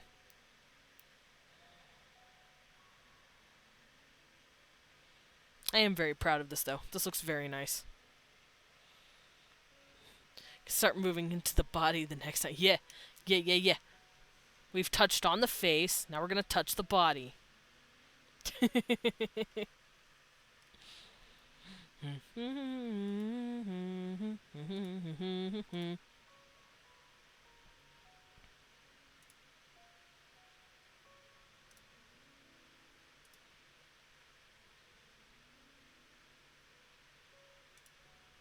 Oops, there we go. But yeah, oh no, Sai, get out of here. I didn't ask for you.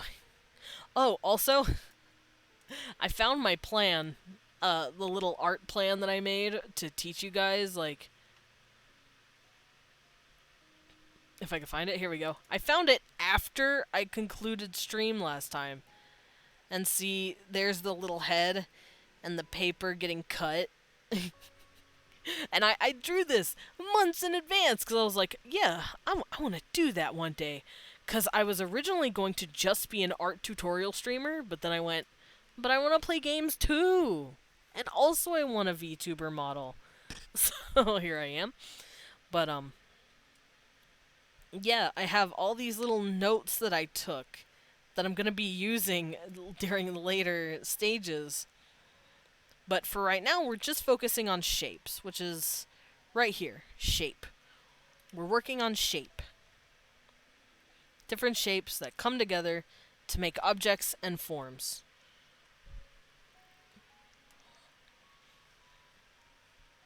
Because this is all different.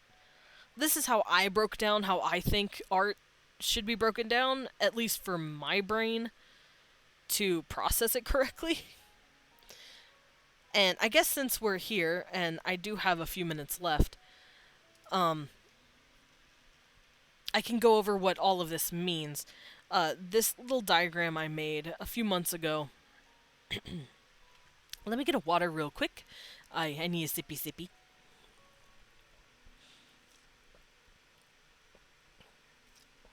My throat.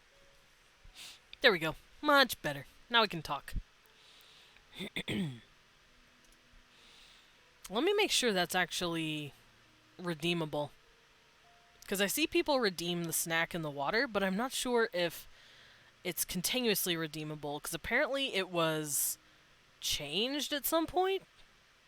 And I need to make sure it's not futzing around anymore.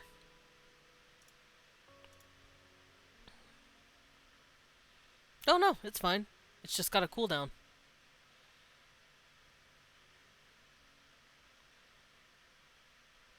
Okay. And then this is also good. Okay, cool, cool, cool. Just making sure you guys could use the thingies. But yeah, this is the diagram that I made for our little lesson plan. And so far, we've mostly been covering shapes. Squares, or cubes, cones, and spheres that can all come together to make different shapes. Oh, and like little ribbons, little flat pieces of ribbon paper. And how they can come together to make objects. Or the 3D form, which is right here.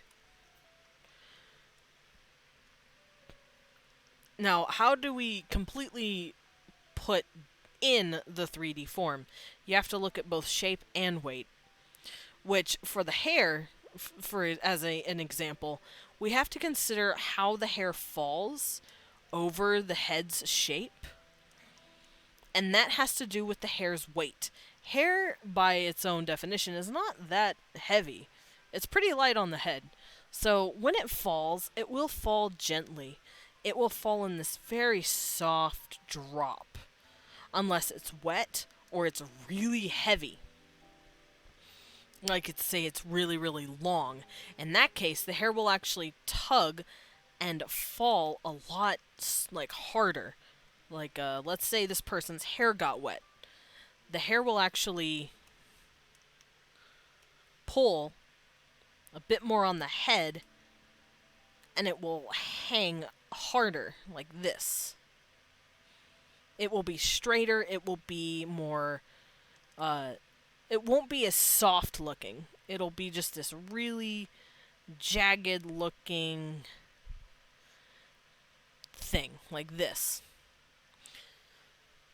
And that has to do with the weight of the hair. So later we can cover all of that to get to the 3D form, but for now we are just really focusing on shape.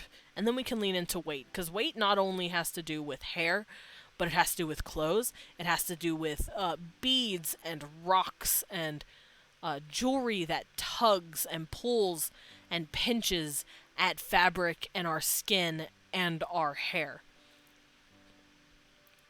And like I said, all of this, it can all be looked up via Google. If you want to draw a bead in a piece of hair, look it up and see how it looks and go, okay, this is how the bead would weight the hair down and make the hair look different. It's all you need to do. Look it up and replicate the art, and then figure out how to incorporate it to your style. And that is all art is. But I am going to call it for today. I think I got a fair bit done. We went over the details of a face and how to get these little details. As you can see here, I drew everything to a more detailed perspective. And then I showed it here. I enjoyed watching. I'm glad you enjoyed watching. I'm glad everyone was here enjoying watching. Oh, you're welcome, Himiko. And for Ryza and everyone else who was here today. Chariot. I remember seeing Chariot. All of you beautiful people. Thank you for showing up. Tomorrow, I am going to be doing more world building. We're going to be focusing on the language again. I'm sorry if that's boring for some of you guys, but I absolutely love languages, and I will not stop myself.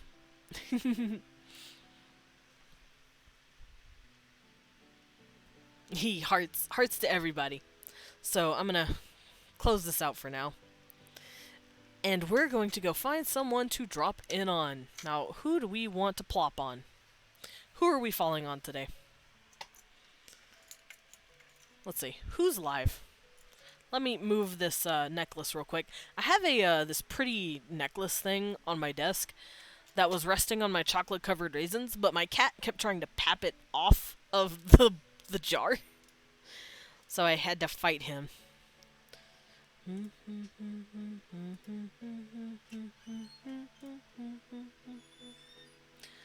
Sounds like a kibby. Yeah, it was a kibby. Let's go. It looks like Skaya's getting done. Because she was playing Nair for a while, but she's been on for a while.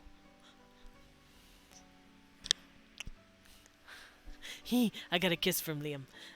So we're gonna go drop on a kibby. We're gonna go drop on Sobi. Sobi.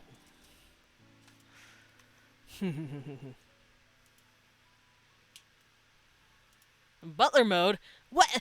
No, no, Boba. Of course.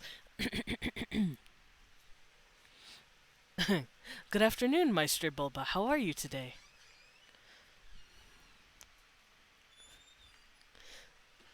Would you like a bit of tea? Please, sit down. I think you're going to do phenomenally with everything you decide to do. I do know that this Thursday we are going to be interacting with one another. We're going to be playing some of the, as the kids call, the League of Legends. Um, Hopefully we won't get too upset about everything. I know that game can be pretty taxing on some people, including myself at times, admittedly. I know. I can be a little much when I play that game. Yes. Here's a cup of tea for you, Sir Ryza. And then I will have such a lovely time drawing with you, Bulba, because I hear you recently got a tablet. And there is a lovely little program, I believe, called Aggie.io. And, oh, I got pet. Sorry. I had to purr a bit. I got pet. But yes, we will be drawing this Thursday together after playing some League of the Legends. And I'm off. I'm off the clock. But yeah, Thursday, yeah, I'm going to be playing with Bulbo. We're going to be playing some League. And we're going to draw after we're sick of League, so...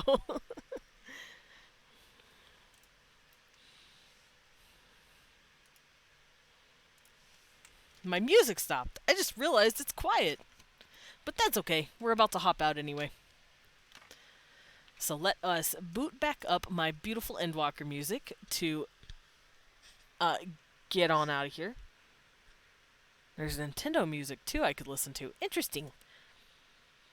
But yeah, let's grab my Endwalker because I love my Endwalker. It's pretty. Pretty. There we go. Need some cursed added to the mix, let me know. Yeah, we'll probably be drawing just us for a while, and at the end we could probably pull in some people if Bulba's okay with that. Because I would love to just hang out and draw. Because that's been something I wanted to do for a while. And now that I've been showing people how to do it, hopefully I'm a good enough teacher, hopefully, to have actually helped you guys. Meh. But, yes, thank you everybody who has dropped in and said hello and said, nice things about the art. And I will see you all tomorrow for some world building. So let's drop in on a Kibby.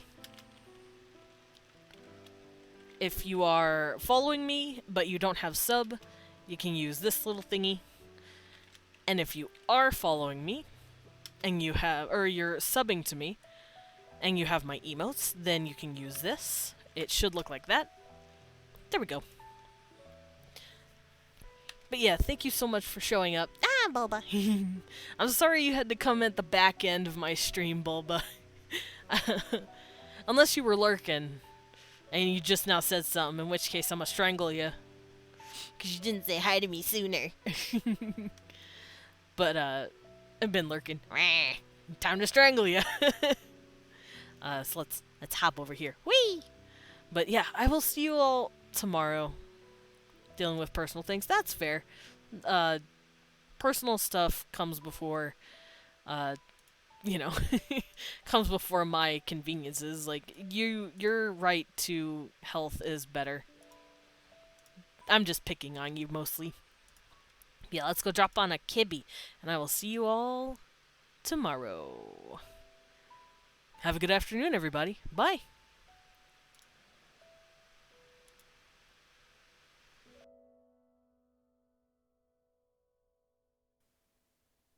Thank you for this.